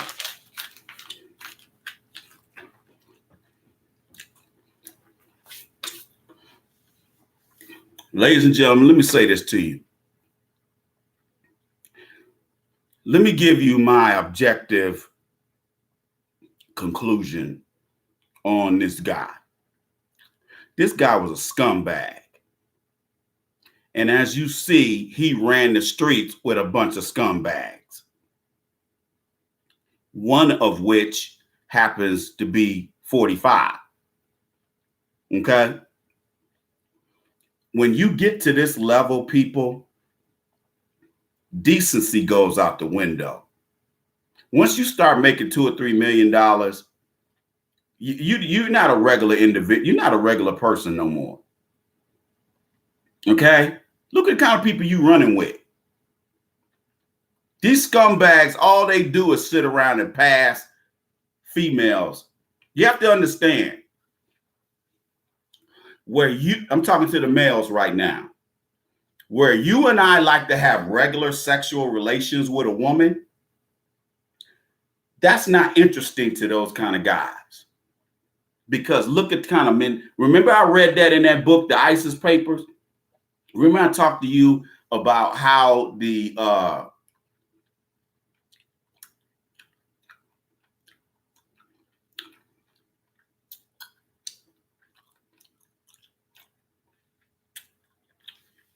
you have to understand something.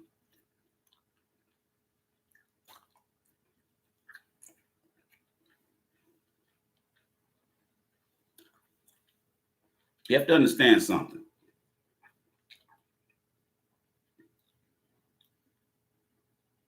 I believe, based on evidence, the limited amount of evidence I have, and the fact that when you're in a maximum security facility, there's cameras everywhere. Even in a minimum security facility I used to work in, there were cameras everywhere. The superintendent, who is usually a captain or above, all they do is sit there and look at this big, huge wall of monitors. And you got 7 to 8 deputies in there watching cameras. That's all they do all day, and talk about each other's wives or husbands. That's all they do all day. So you mean to tell me that this dude killed himself? Do you know how hard it is to pull that off in a county jail? Huh? What up, JL? JLJ 504. Do you know how hard it is in a county jail, which is usually minimum to medium?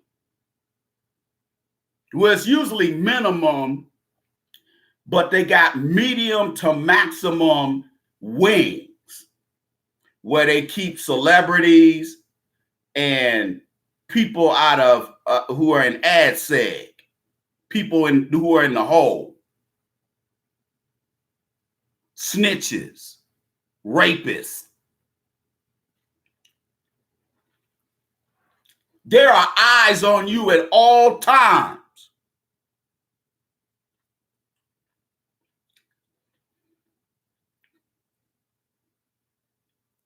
Whenever deputies like myself would come into the facility, if we drove in there with a county vehicle, you came in the secure area. If you had to work intake, I had to work intake a couple of times. So when people get transferred from police stations or the FBI, usually the FBI keep their own people. But if the FBI apprehended somebody who had state charges, then they would bring them over there to us. When I did intake, I had to come down through a secured hallway out into the area where the police cars come in, and there's a computer sitting right there. I have to sit right there and get that person all the law enforcement official would give me the paperwork. I would at least put their name, all their identifying information in there, and then I would hook them with my handcuffs and then give the police officer back his or her handcuffs. And then I, with another deputy, would take that person, one deputy on one side, myself on the other side, and then we would take them up into the inmate processing area where we formally process them and get them ready to, because you put this information in there as fast as possible so that they can get seen by the judge by the next day. You see how that works? That's why sometimes in these big cities, your relative get locked up and you go in there the next day and they like, hey man, we ain't got no record of no Joe Smith in here. That's because they ain't finished the intake. And you can't get in that van, that little ass tiny van, to go to the courthouse unless you get your information put in there. So here's how I know something stinks to hell on this situation. Something stinks to high hell. Maximum security area. It's not this MCC in Manhattan, New York. This is one of the most secure facilities in the country. There are cameras everywhere.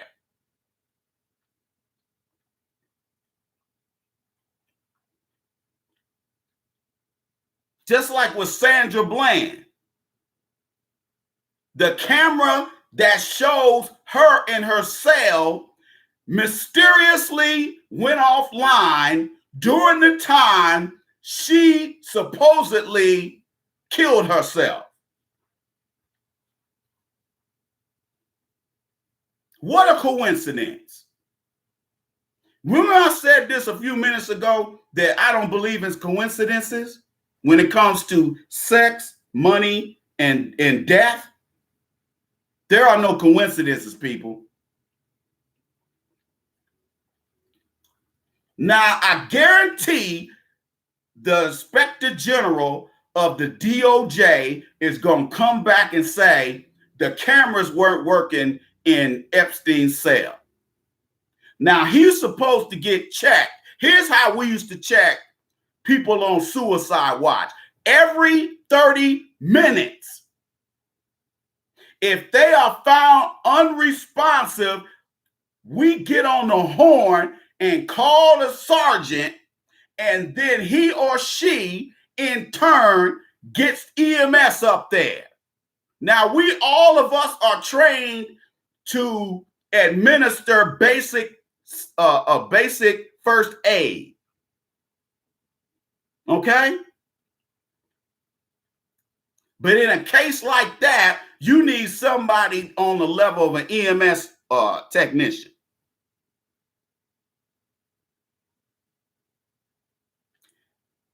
The reason I believed Jeffrey Epstein was murked is because he knew where the bodies were buried. He knows where the bodies are buried. He said not too long ago that if he has to end up doing life in prison without parole or life in prison with parole, he said, this came out of Epstein's mouth, he said he is going to name names. He said, I ain't the only one going down for this shit. That's what he said. They said that last night on CNN, NBC, that he said he taking people with him. He said, I'm getting ready to sing like Luther Vandross. And then he mysteriously ends up dead? And nobody knows anything?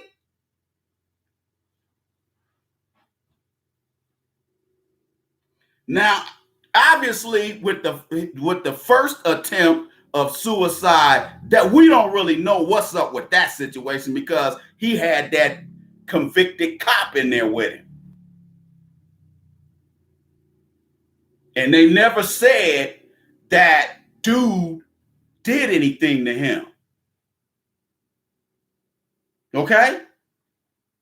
Y'all following me?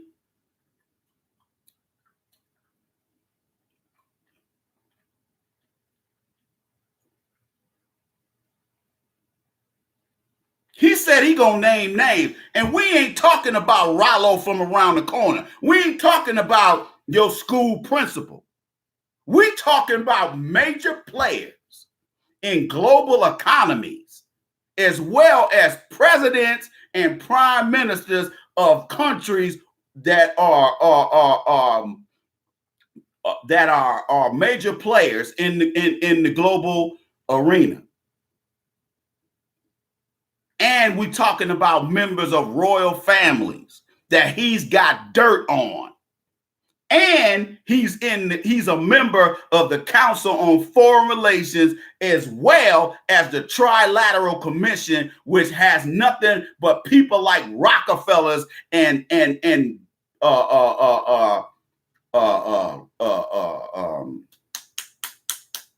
Rothschilds, people on that level, the super rich, not Bill Gates ass. Bill Gates is worth $90 billion. Bill Gates ain't got enough money to hang around them people. These are the people that own banks that do business with countries all around the world, like the IMF.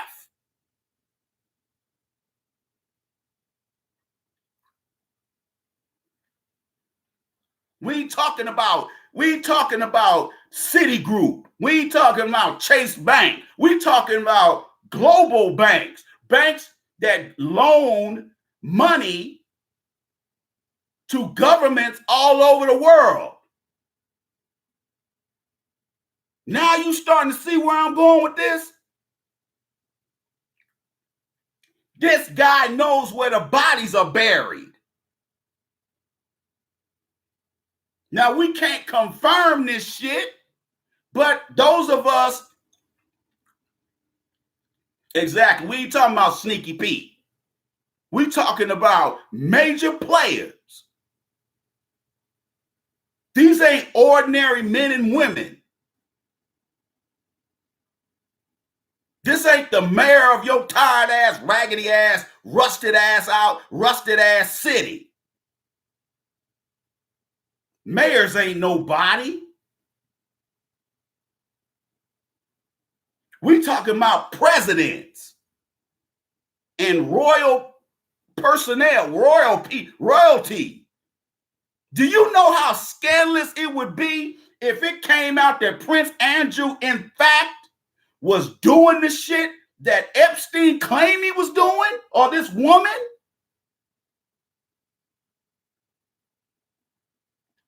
Do you know how embarrassing that would be?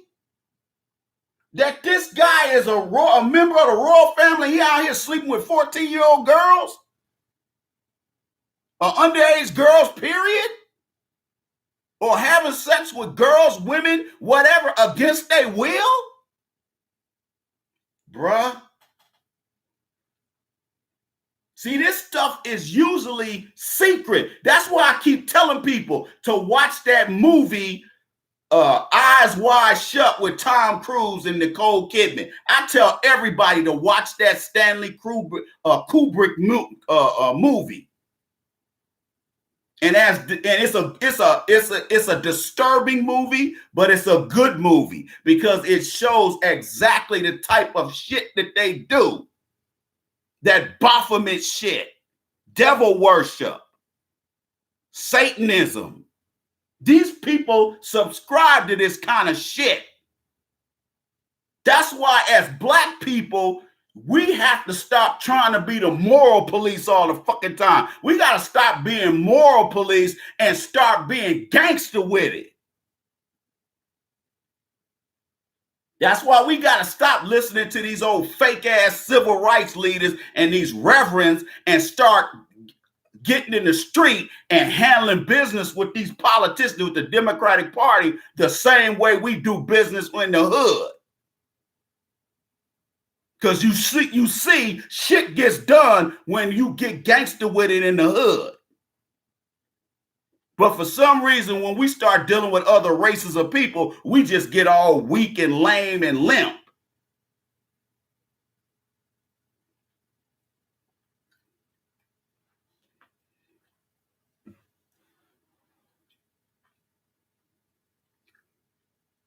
You dealing with thugs here that wear $1,500 suits.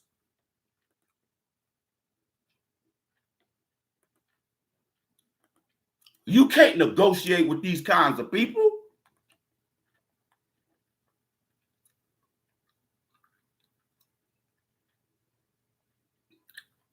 That's why when black folks get to talking that, black people get to talking that moral shit, or I go to church and, you start talking about how you go to church, you so moral and all this shit. None of that shit means anything when you dealing with these kinds of people. These people ain't nothing but barbarians that wear $1,500 suits. And you wonder why you can't get nothing popping. Trying to negotiate with the devil. You can't negotiate with the devil. You got to come at the devil with an AR-15, with a 40-round clip. Saying, here, take this, Lucifer. Brrr. You don't walk in the door negotiating with no devil. And I'm not talking like, talking about like white devils and all that. Look, I don't get into any of that shit. I'm not going to get into that.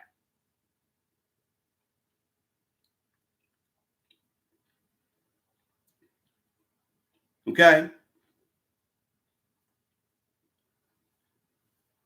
You can't negotiate with people who are unreasonable. You cannot. You're wasting your time. You wonder why black folks ain't made progress in 100 years? Look who you're dealing with. Animals. You're dealing with animals. You're dealing with people who that don't serve any kind of God like you think you do when you pray to white Jesus. These people are savages. Do you see the level of debauchery that these people engage in on a regular basis?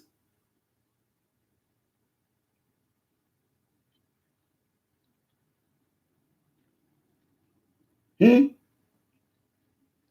see who you dealing with?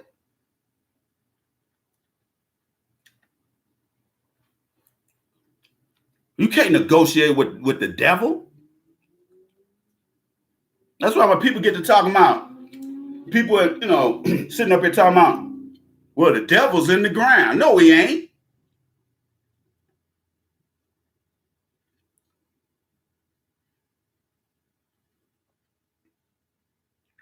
You better do your research.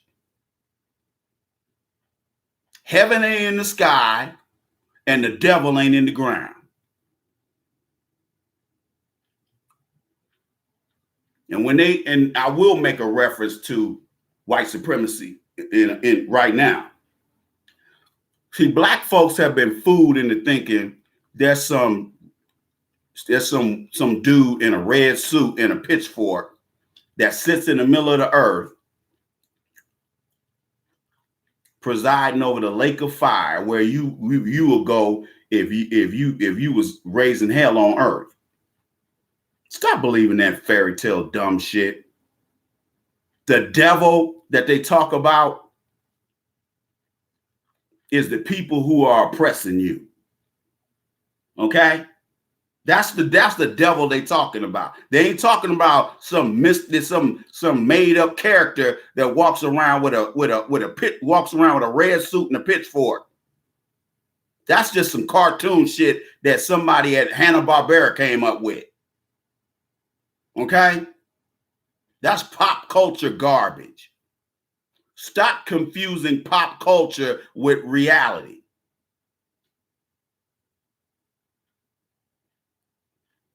When they talk about Satan and the devil, they're talking about the people who are occupying this land that used to belong to your people. The occupiers, the oppressors, the white patriarchy.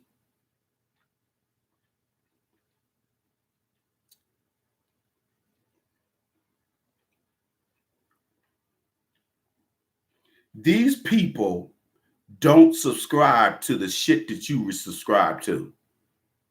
Having regular sex like normal people do isn't what tickles these people's fancy.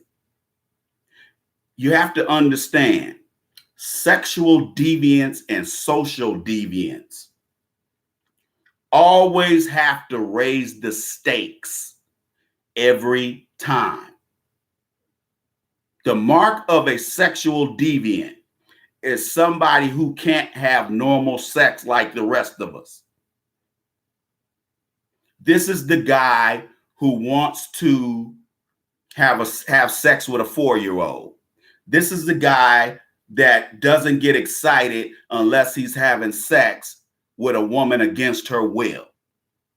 This is the guy who doesn't want to have sex normally, but would rather, but what does turn him on is having sex with underage girls and or boys. That's a sexual deviant, people. And that's what this guy is and all the guys he hangs around with. Now the question, now I know what you're asking. Well, you're probably saying to yourself, well, what role do women play in this? As you see, he had a madam because he couldn't pull off half that stuff without her, that British socialite.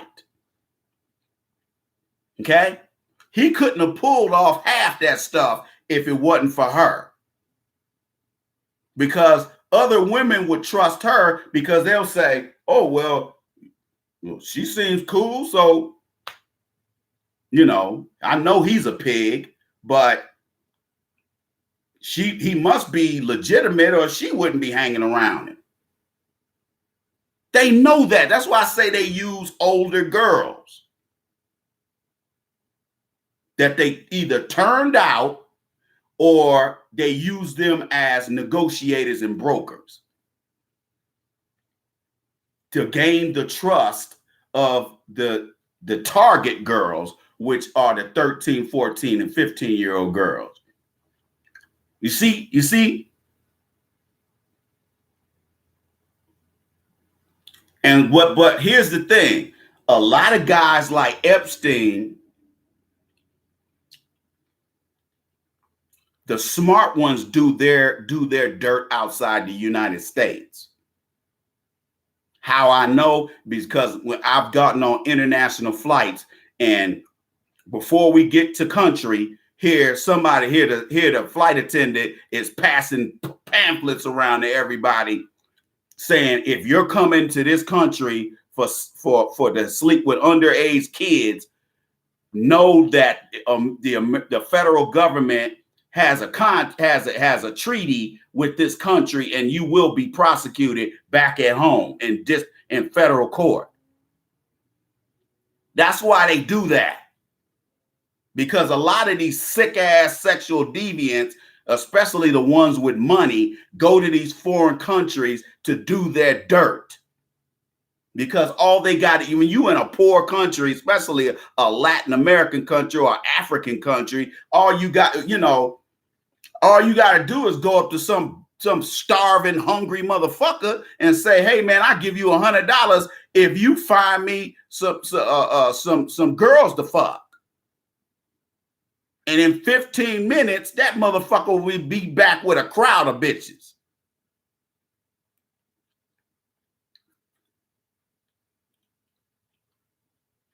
I remember one time I flew to a Latin American country. And after I got settled in the hotel, I came outside and I said, man, I need to get something popping. So so what I did is I found this little boy. And back then my Spanish was a lot better than it is today.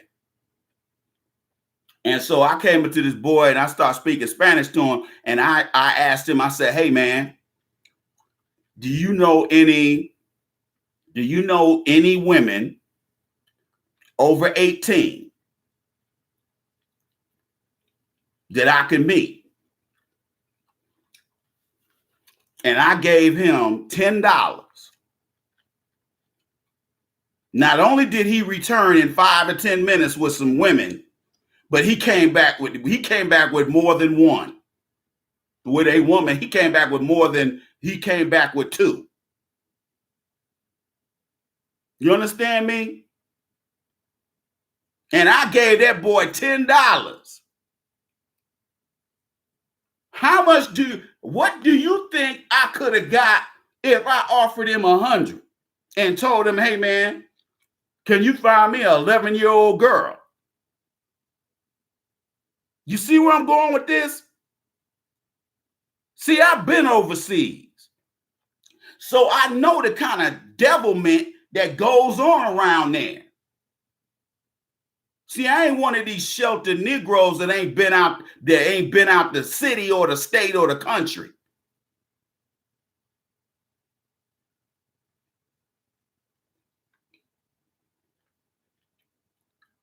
You digs?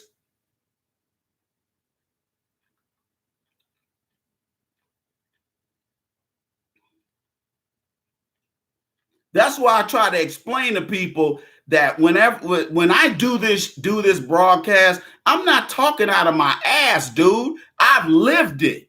Unlike some of you, I haven't lived a sheltered life. I've been all around the world, dog. And while you have been nowhere, or maybe you've been down south to the family reunion, or you've been to Vegas once or twice, I've been all around the world.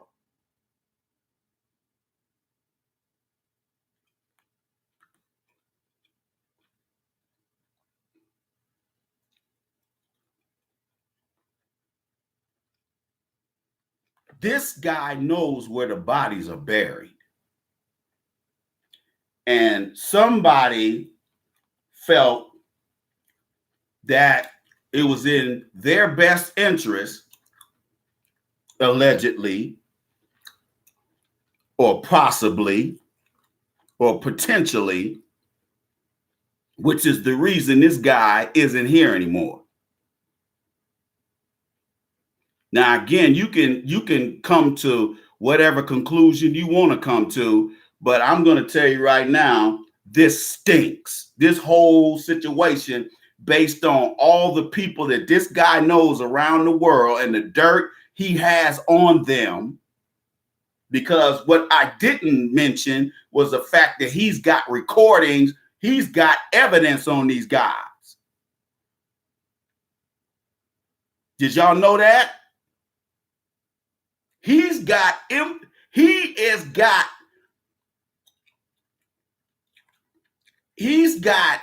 dirt on these guys in the form of proof. They say he's got safes in some of these properties that they have yet to open, that they will open, where he's got DVDs and all kinds of other, and like I said, he has a CCTV. He's got, closed circuit TV footage of girls naked and engaging in sexual acts with these old ass men. You have to understand this kind of behavior is acceptable in white society, which is why when I hear stuff like this Me Too shit, I start laughing because I'm saying to myself, just like I was getting ready to finish that thought, what role do women play in this tragic comedy? You have to understand something. There are women who willingly engage in this depravity and then turn around and call foul when things don't work out in their favor, which is what's going on with a lot of these actresses who have gotten too old for Hollywood. And so their way of, because they can't do anything about it, they start accusing people like Weinstein of doing freaky deaky shit.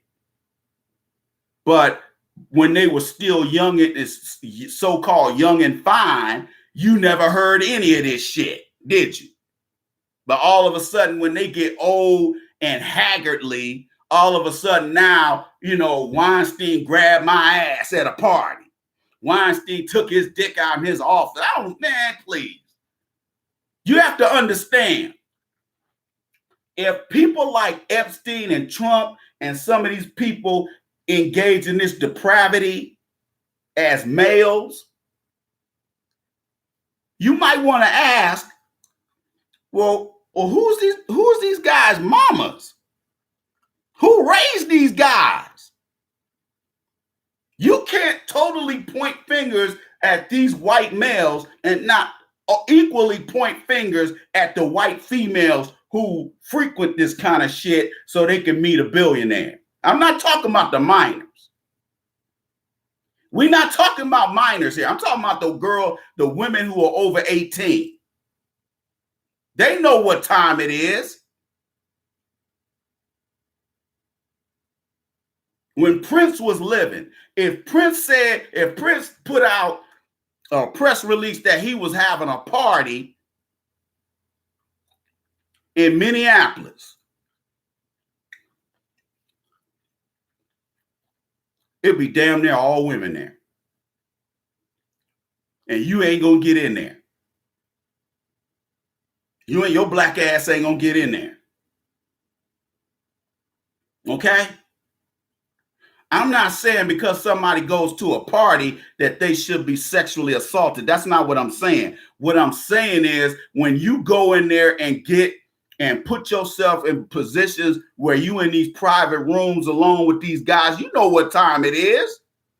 Come on, man. Don't play dumb, lady. You know what time it is. We know what this is about.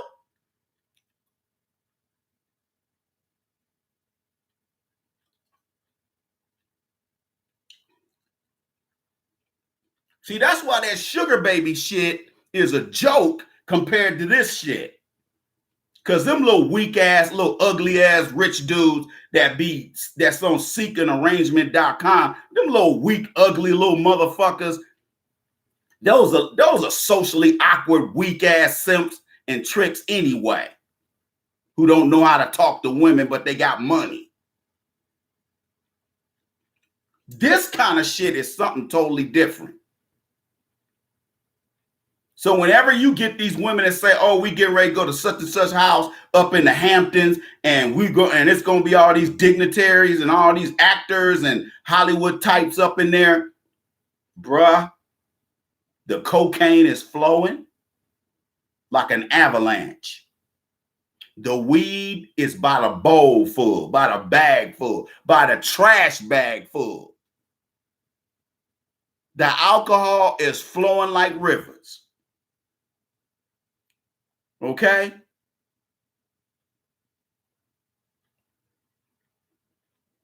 And people are doing God knows what to whom. So,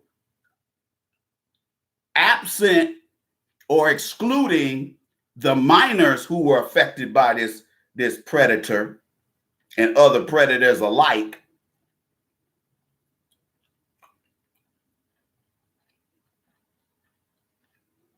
These women know what time it is when they go to these parties because they're trying to get a come up. They trying to get their comeuppance. You and I might see these some dumbass hoes, but you got to understand how a broke ass, thirsty ass, thirst trapping ass, clout chasing hoe thinks. In their sick ass mind, they think they can actually show up at a party and bag a Major League Baseball player or NBA player or NFL player or a senator. And at the end of the day, all that happens is that dude skeeted in their fucking throat, and that's it. And that's where these rape allegations be coming from. Well, I'm gonna say he raped me because nowadays they ain't got to investigate to come after these guys. So your life gets ruined, and all you did was slide this chick some pipe. And because you didn't want her for a girlfriend or a wife, she gonna sit up here and try to ruin your goddamn life. See, back in the 70s, they would just kill that bitch. They would just kill the bitch. Before all that forensic science, they would just kill the bitch. They'll go and do all what they're gonna do with her, and then they kill the bitch. And then they throw her ass out, leave her ass in the mountains somewhere or the beach somewhere.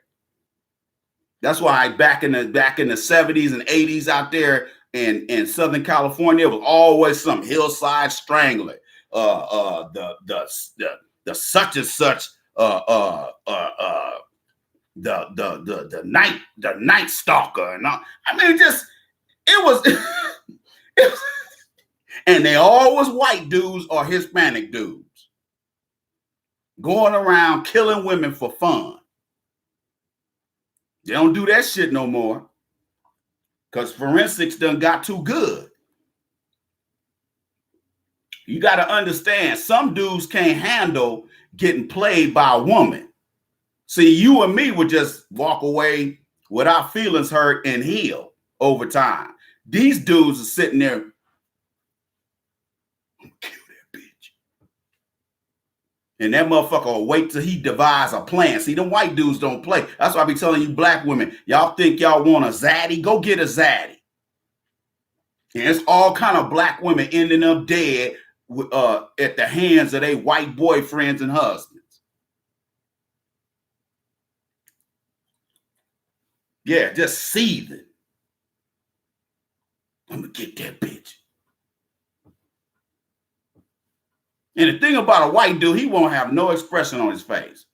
His a brother, he mad, he got the scrunchy face. White dude be calm as a motherfucker. He be like this. You don't know what that motherfucker gonna do. And next thing you know, his girl go in there and serve him a plate of spaghetti. Next thing you know, that motherfucker go in there and stab the shit out that bitch. Stab that bitch 50 times. They can't tell if it's marinara sauce or her goddamn blood. Okay? At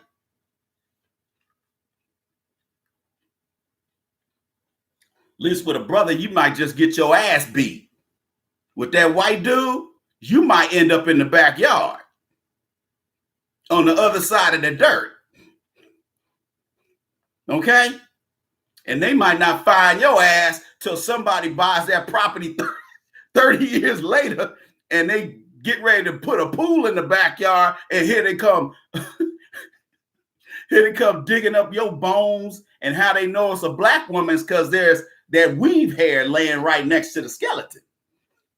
Because sometimes that ain't real hair. So that shit don't rot. Okay? With some cheap ass, long ass nails, you done got at Madam Wong's fucking nail emporium. Say, yeah, that's a black woman. Plus, I see some chicken bones laying over here in the grass over here. And some watermelon rind eating all the way down to the rind. Okay? Keep playing with these white men.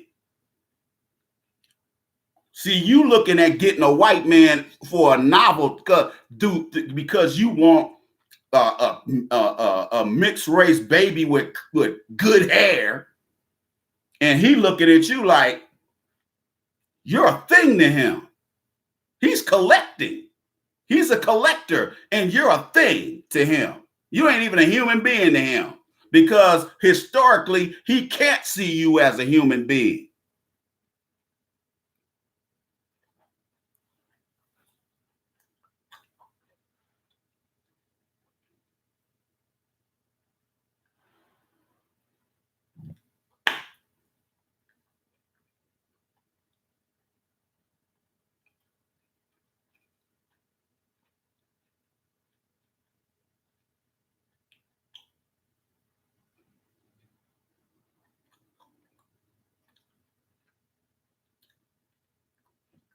People, let me explain something to you. They have no problem taking out people who will make them look bad and embarrass them, especially if you're this rich, powerful individual and you're considered to be, you got something to lose. You understand me? Donald Trump got a lot to lose if Epstein got the goods on him, which he does. Okay, but see, Trump don't give a damn because it's just like I have told you over the 9 years I've been doing this broadcast.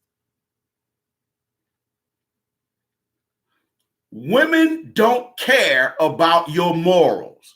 Women don't care about your character. That's the con you use on yourself to make up for the fact that you ain't got no paper and no power and no influence. At the end of the day, a guy with resources is always gonna beat you out, even if you look better than him. Do you understand me? I've done it to other men, and I've had men do it to me. Just like I've had a woman who left me for the Jiffy Lube dude. And here I am making the kind of money I was making at the time. Do you understand me?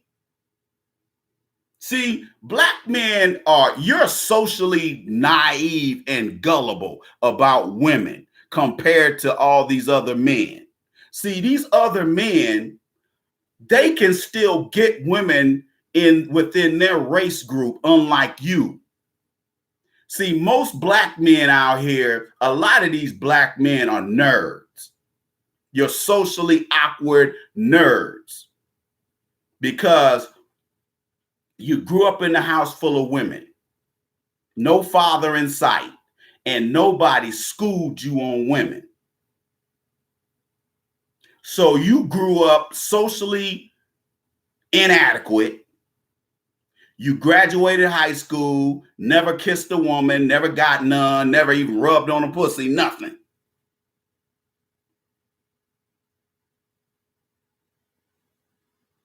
So by the time you possibly go to college and get a degree and you start making some decent money, you turn to simping and tricking because you don't know you don't know anything else. You don't know if you have social skills. You used to be able to spit and still get a woman back in the 80s, 70s and 80s when I was growing up. Today, it's all about paper. If you have no paper, you ain't getting no women. You're not. See, I'm in a privileged position to get women and make the determination as to whether I want to go forward with them or not, based on the resources I have. that I have accumulated over time. You understand? So women can detect that I'm not pressured. I ain't under no pressure.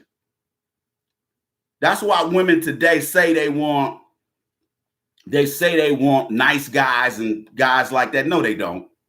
They want guys they can control. So if you got money and they can control you, yeah, they'll marry you. White guys get done like that every day. How many times have you been walking through Target, not Walmart, but Target, or Kirkland's, or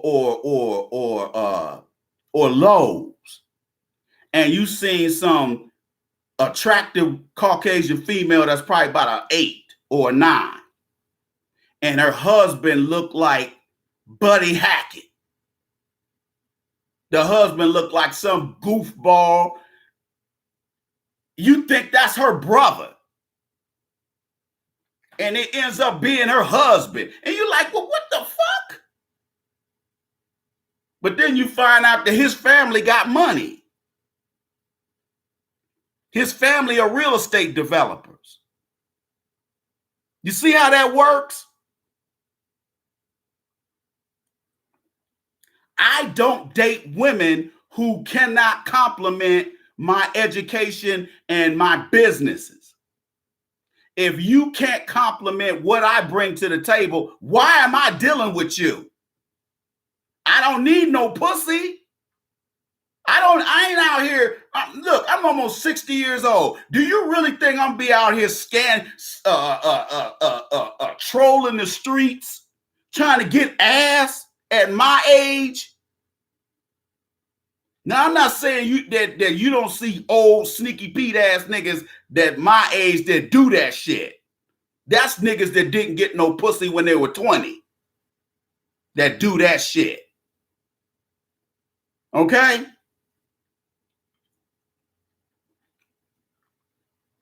I walk away from more women than I take to bed. Why? Because if it ain't a good situation, I'm like, I ain't fucking with you. I don't need no more single moms on my team. I took this chick to lunch the other day. Find out she got all these damn kids, got grandkids. I was like, I stopped talking to her that day.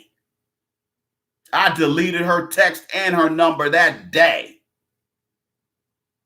And then 2 days later, here she comes sending me a text message talking about, oh, I bet you up in the Twin Cities up there with some of them women up there. And I'm like, first of all, bitch, who in the fuck is you? That's what I want to know. Who is you? That's the first thing. And secondly, bitch, it ain't your motherfucking business who I slip the pipe to.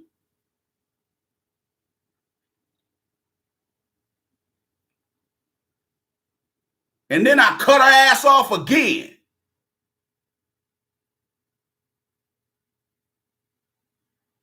See, 10 times out of 10, you niggas would have tried to with a head and got involved with that sorry bitch.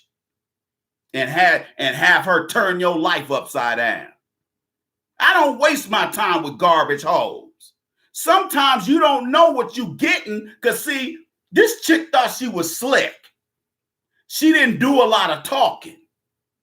That's why I said, because we met I met her out when I was out in around the city, and then because I had went out of town, I couldn't hook up with her.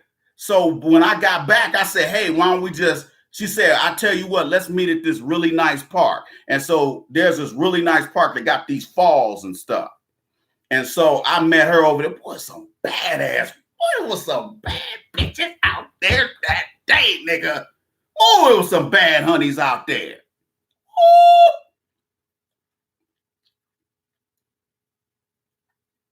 She didn't do that much talking that day. And then during that week, I said to her in a text, I said, how come you don't talk to me? Because see, remember I told y'all I got a background in mental health. So there's no such thing as a woman being shy. Whenever a woman says she's shy, nah, there ain't no such thing as shy. That's an act.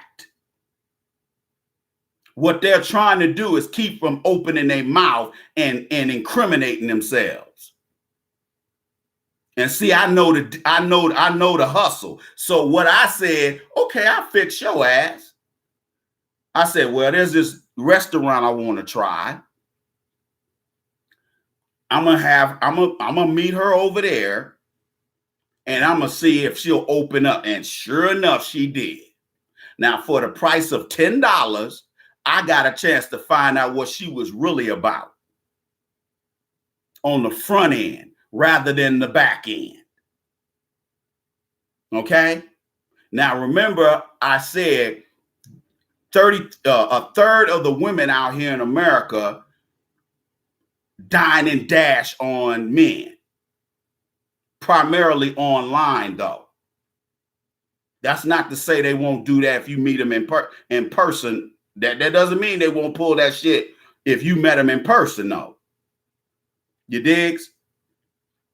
So she started opening up, talking about her bum ass kids, and I was like, "Oh, we're done here. We're done here. We're done. We're done." Did it hurt me? Did it hurt my finances to spend $10 on a lunch for her? No.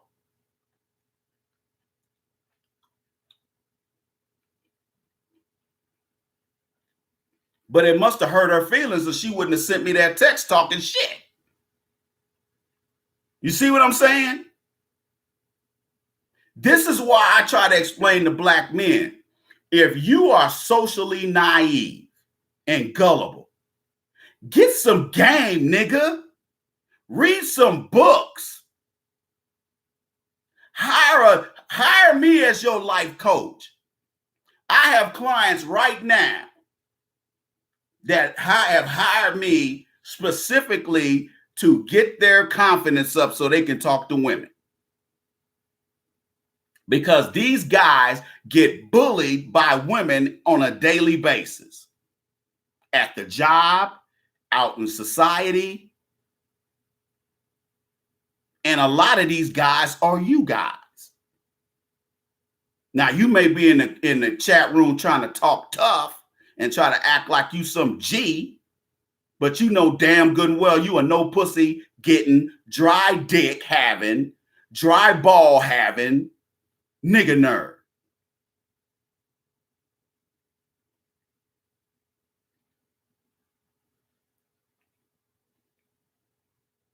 That's why when I get these guys that they'll say something asinine and stupid and silly, like, "Hey, Ice, oh, it must have got you some this weekend. You seem like you in a good mood." I'm like, you dumbass. Sometimes I don't even respond because I know I'm dealing with a moron who ain't getting no pussy. So he's projecting his lack of getting pussy on me. See, I know how the human brain works. You digs? But this dude here, he ain't the only one. If you think Jeffrey Epstein is the only one that knows where all the bodies are buried and he's a sexual deviant and a social deviant, if you think he's the only one, I got oceanfront property to sell you in Colorado.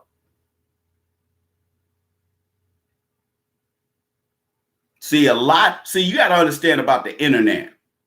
The internet is exposing a lot of these idiosyncrasies of white supremacy because all this stuff is tied in to white supremacy. I know what you're thinking, man, what the fuck that got to do with white supremacy? It has everything to do with it. You just are socially naive because you ain't never been nowhere. You got niggas that live in a city and ain't been to the other side of the damn city the whole time they've been living. I've met guys who said they ain't never been out of the state where they live at. Like, what the fuck is wrong? Where you been, nigga?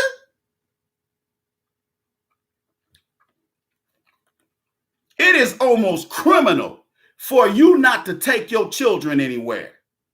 It's damn near criminal. Do you know how ignorant your children are going to be? They need these experiences.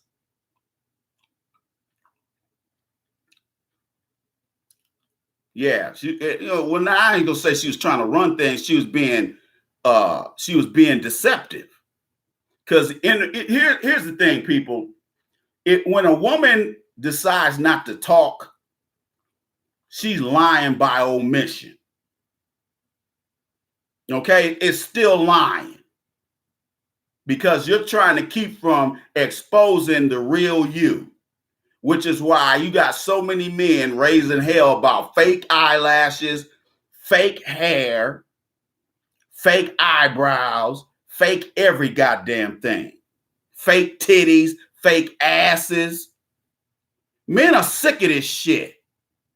American men are tired, man. I swear to God, American men are so tired of weaves, especially black men. Black men are so sick of the weaves and the fake eyelashes. Look like you got roach legs on your fucking eyelids.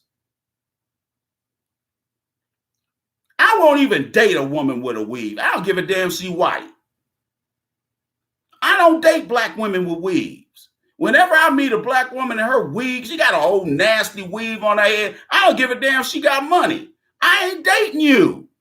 Because what else are you lying about? Hell, you might have HIV or herpes and not tell my ass.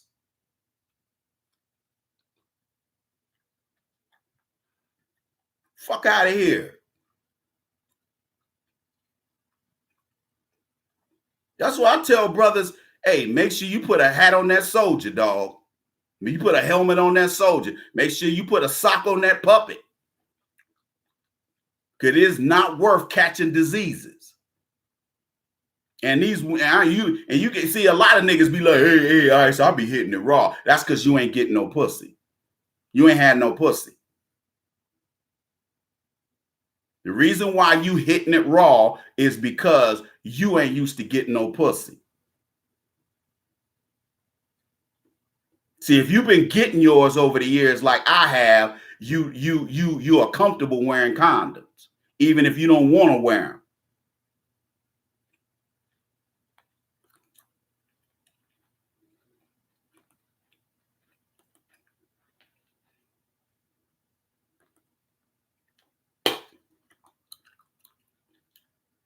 Black people, these social and sexual deviants are out here. I'm talking about this in the dating Bible. And see, I started on it in the Game of Life according to the Iceman Volume 1. I have a chapter called Sexual Deviancy in here.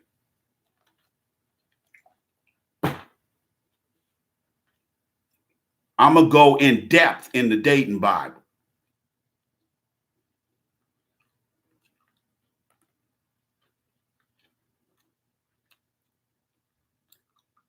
Don't get caught up, man. Don't allow your kids to get caught up with this kind of filth. Because these people are out here. These people are out here. And if you raise your kids the way you live your life, they're going to run to these kinds of men for safe haven. And these men are going to dog them out, just like this guy did to countless numbers of young girls and women. Okay? And look how long he was allowed to do it before they shut his ass down. You see? Now, if he'd have kept his mouth closed and not been talking about he gonna tell on people and he gonna sing like Luther Vandross, he probably still be living. But when you start singing, you start talking about, man, I'm about to tell on everybody. Or these people can see the writing on the wall and they're like, nah, we're gonna take this fool out. He know too much. Fuck that shit. He's the man who knew too much. And you know how he ended up. You know what happened to him, right? The man that knows too much always ends up in a dumpster somewhere.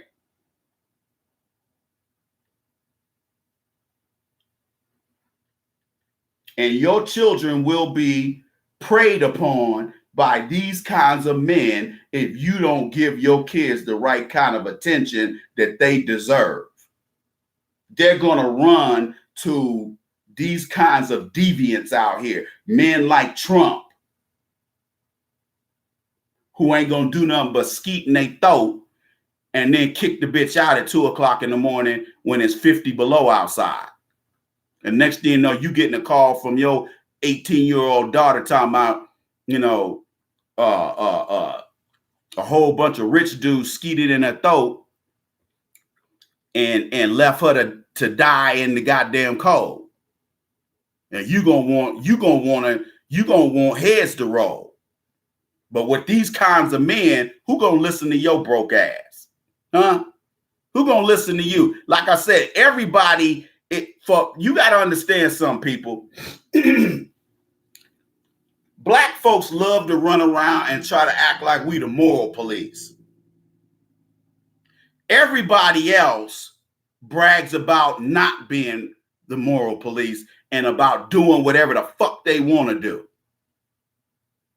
And while you running around this motherfucker talking about you the moral police and how you an upstanding member of your community and how you go to church every Sunday, these people are out there tearing up pussy 10 ways to Sunday.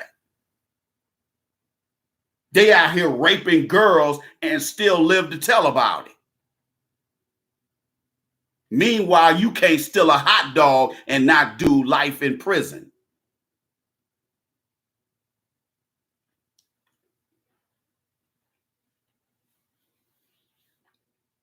And these are the kinds of people that are the prosecutors that are prosecuting your case.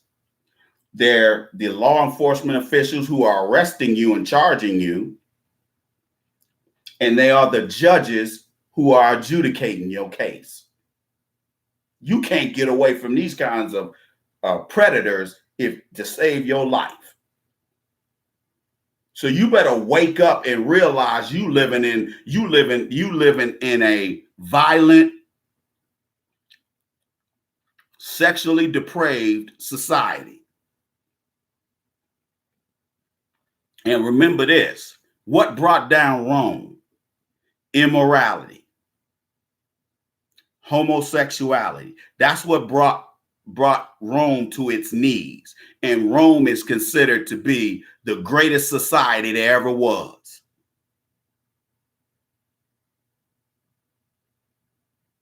It's this kind of depravity that's going to bring down the United States from the inside. Because with the internet and with these damn near professionally HD cameras on these goddamn smartphones, you can't get away with shit no more. They got cameras on every goddamn street light. Except for, this city. They ain't got all them cameras around like they do in most cities. See, cameras around the city are owned by private companies that contract with the city and the county to help law enforcement not do their job. Now, you could throw a rock out here and hit a fat cop. Okay? Why are they fat? Because they don't do anything. They selectively investigate crime. In other words, they work when they feel like it. That's why they're always at the donut shop or Popeye's Chicken getting free food. How do I know? Because I used to get free food when I was on duty. Hey, man, you want to go to Popeye? Let's go to Popeyes tonight. Fuck it. Man, we get a 5-piece. And they be offering. And the funny thing about it, they even offer the shit. They be like, you want 2 or 3 more biscuits, Mr. Iceman? Oh, yeah. I fucked around and gained like 20 pounds. I was like, no, I got to lose this shit. But when you sitting in a car all night, or you sitting in a car from 4 to 12, because after a while, you learn how to go to sleep and only wake up when your radio comes on and you hear your number or your unit or your car number from dispatch.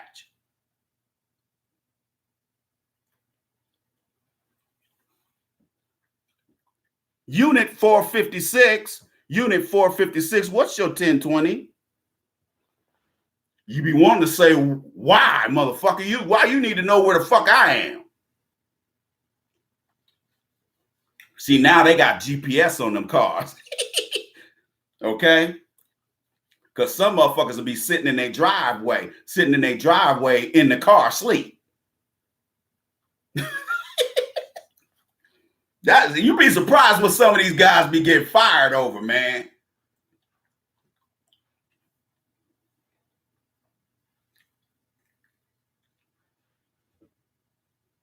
So I'm saying to you, black folks, wake up. These people are out here. And why you think you hiding and hiding and not be, and so you won't be affected, and you think that these people don't have the reach to come in contact with you and your family, they do. Because remember, you're in captivity. Black people live in captivity in America, as well as other parts of the world. Everybody makes sure that you are in captivity. That's why the other races are always telling on your ass. When you at work, you come in 30 seconds late, who's telling on you? The Asian co-worker, the Mexican co-worker. And then right after they tell on your ass, they grinning in your face. Hey, Samantha, where you want to go to lunch? Where you want to go to lunch today? This motherfucker just came out the boss's office saying you came in late today. You ain't got no friends out here, black woman. You ain't got no friends out here, black man. You want to believe you got friends out here that are of other races. Let me explain something to you. You ain't gonna never co-opt anybody else's group. You are black and you gonna stay black till you get your number called.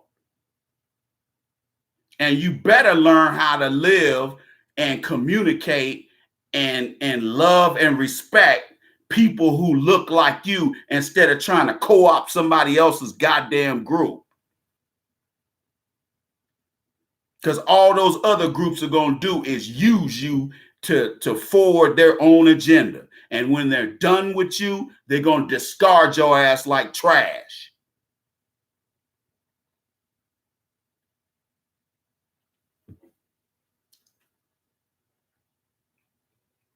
You digs?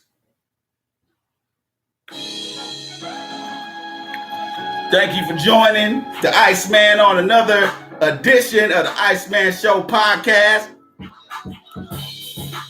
If you haven't donated, go to asktheiceman.com and donate.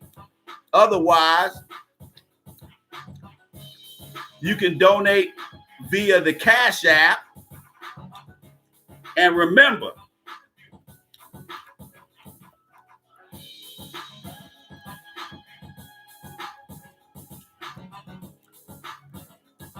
the hashtag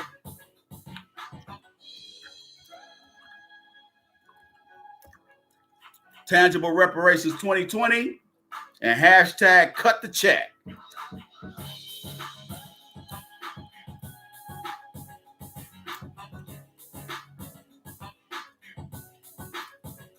I hope you've been enlightened and educated, and be on the lookout for another episode of the Iceman Show podcast.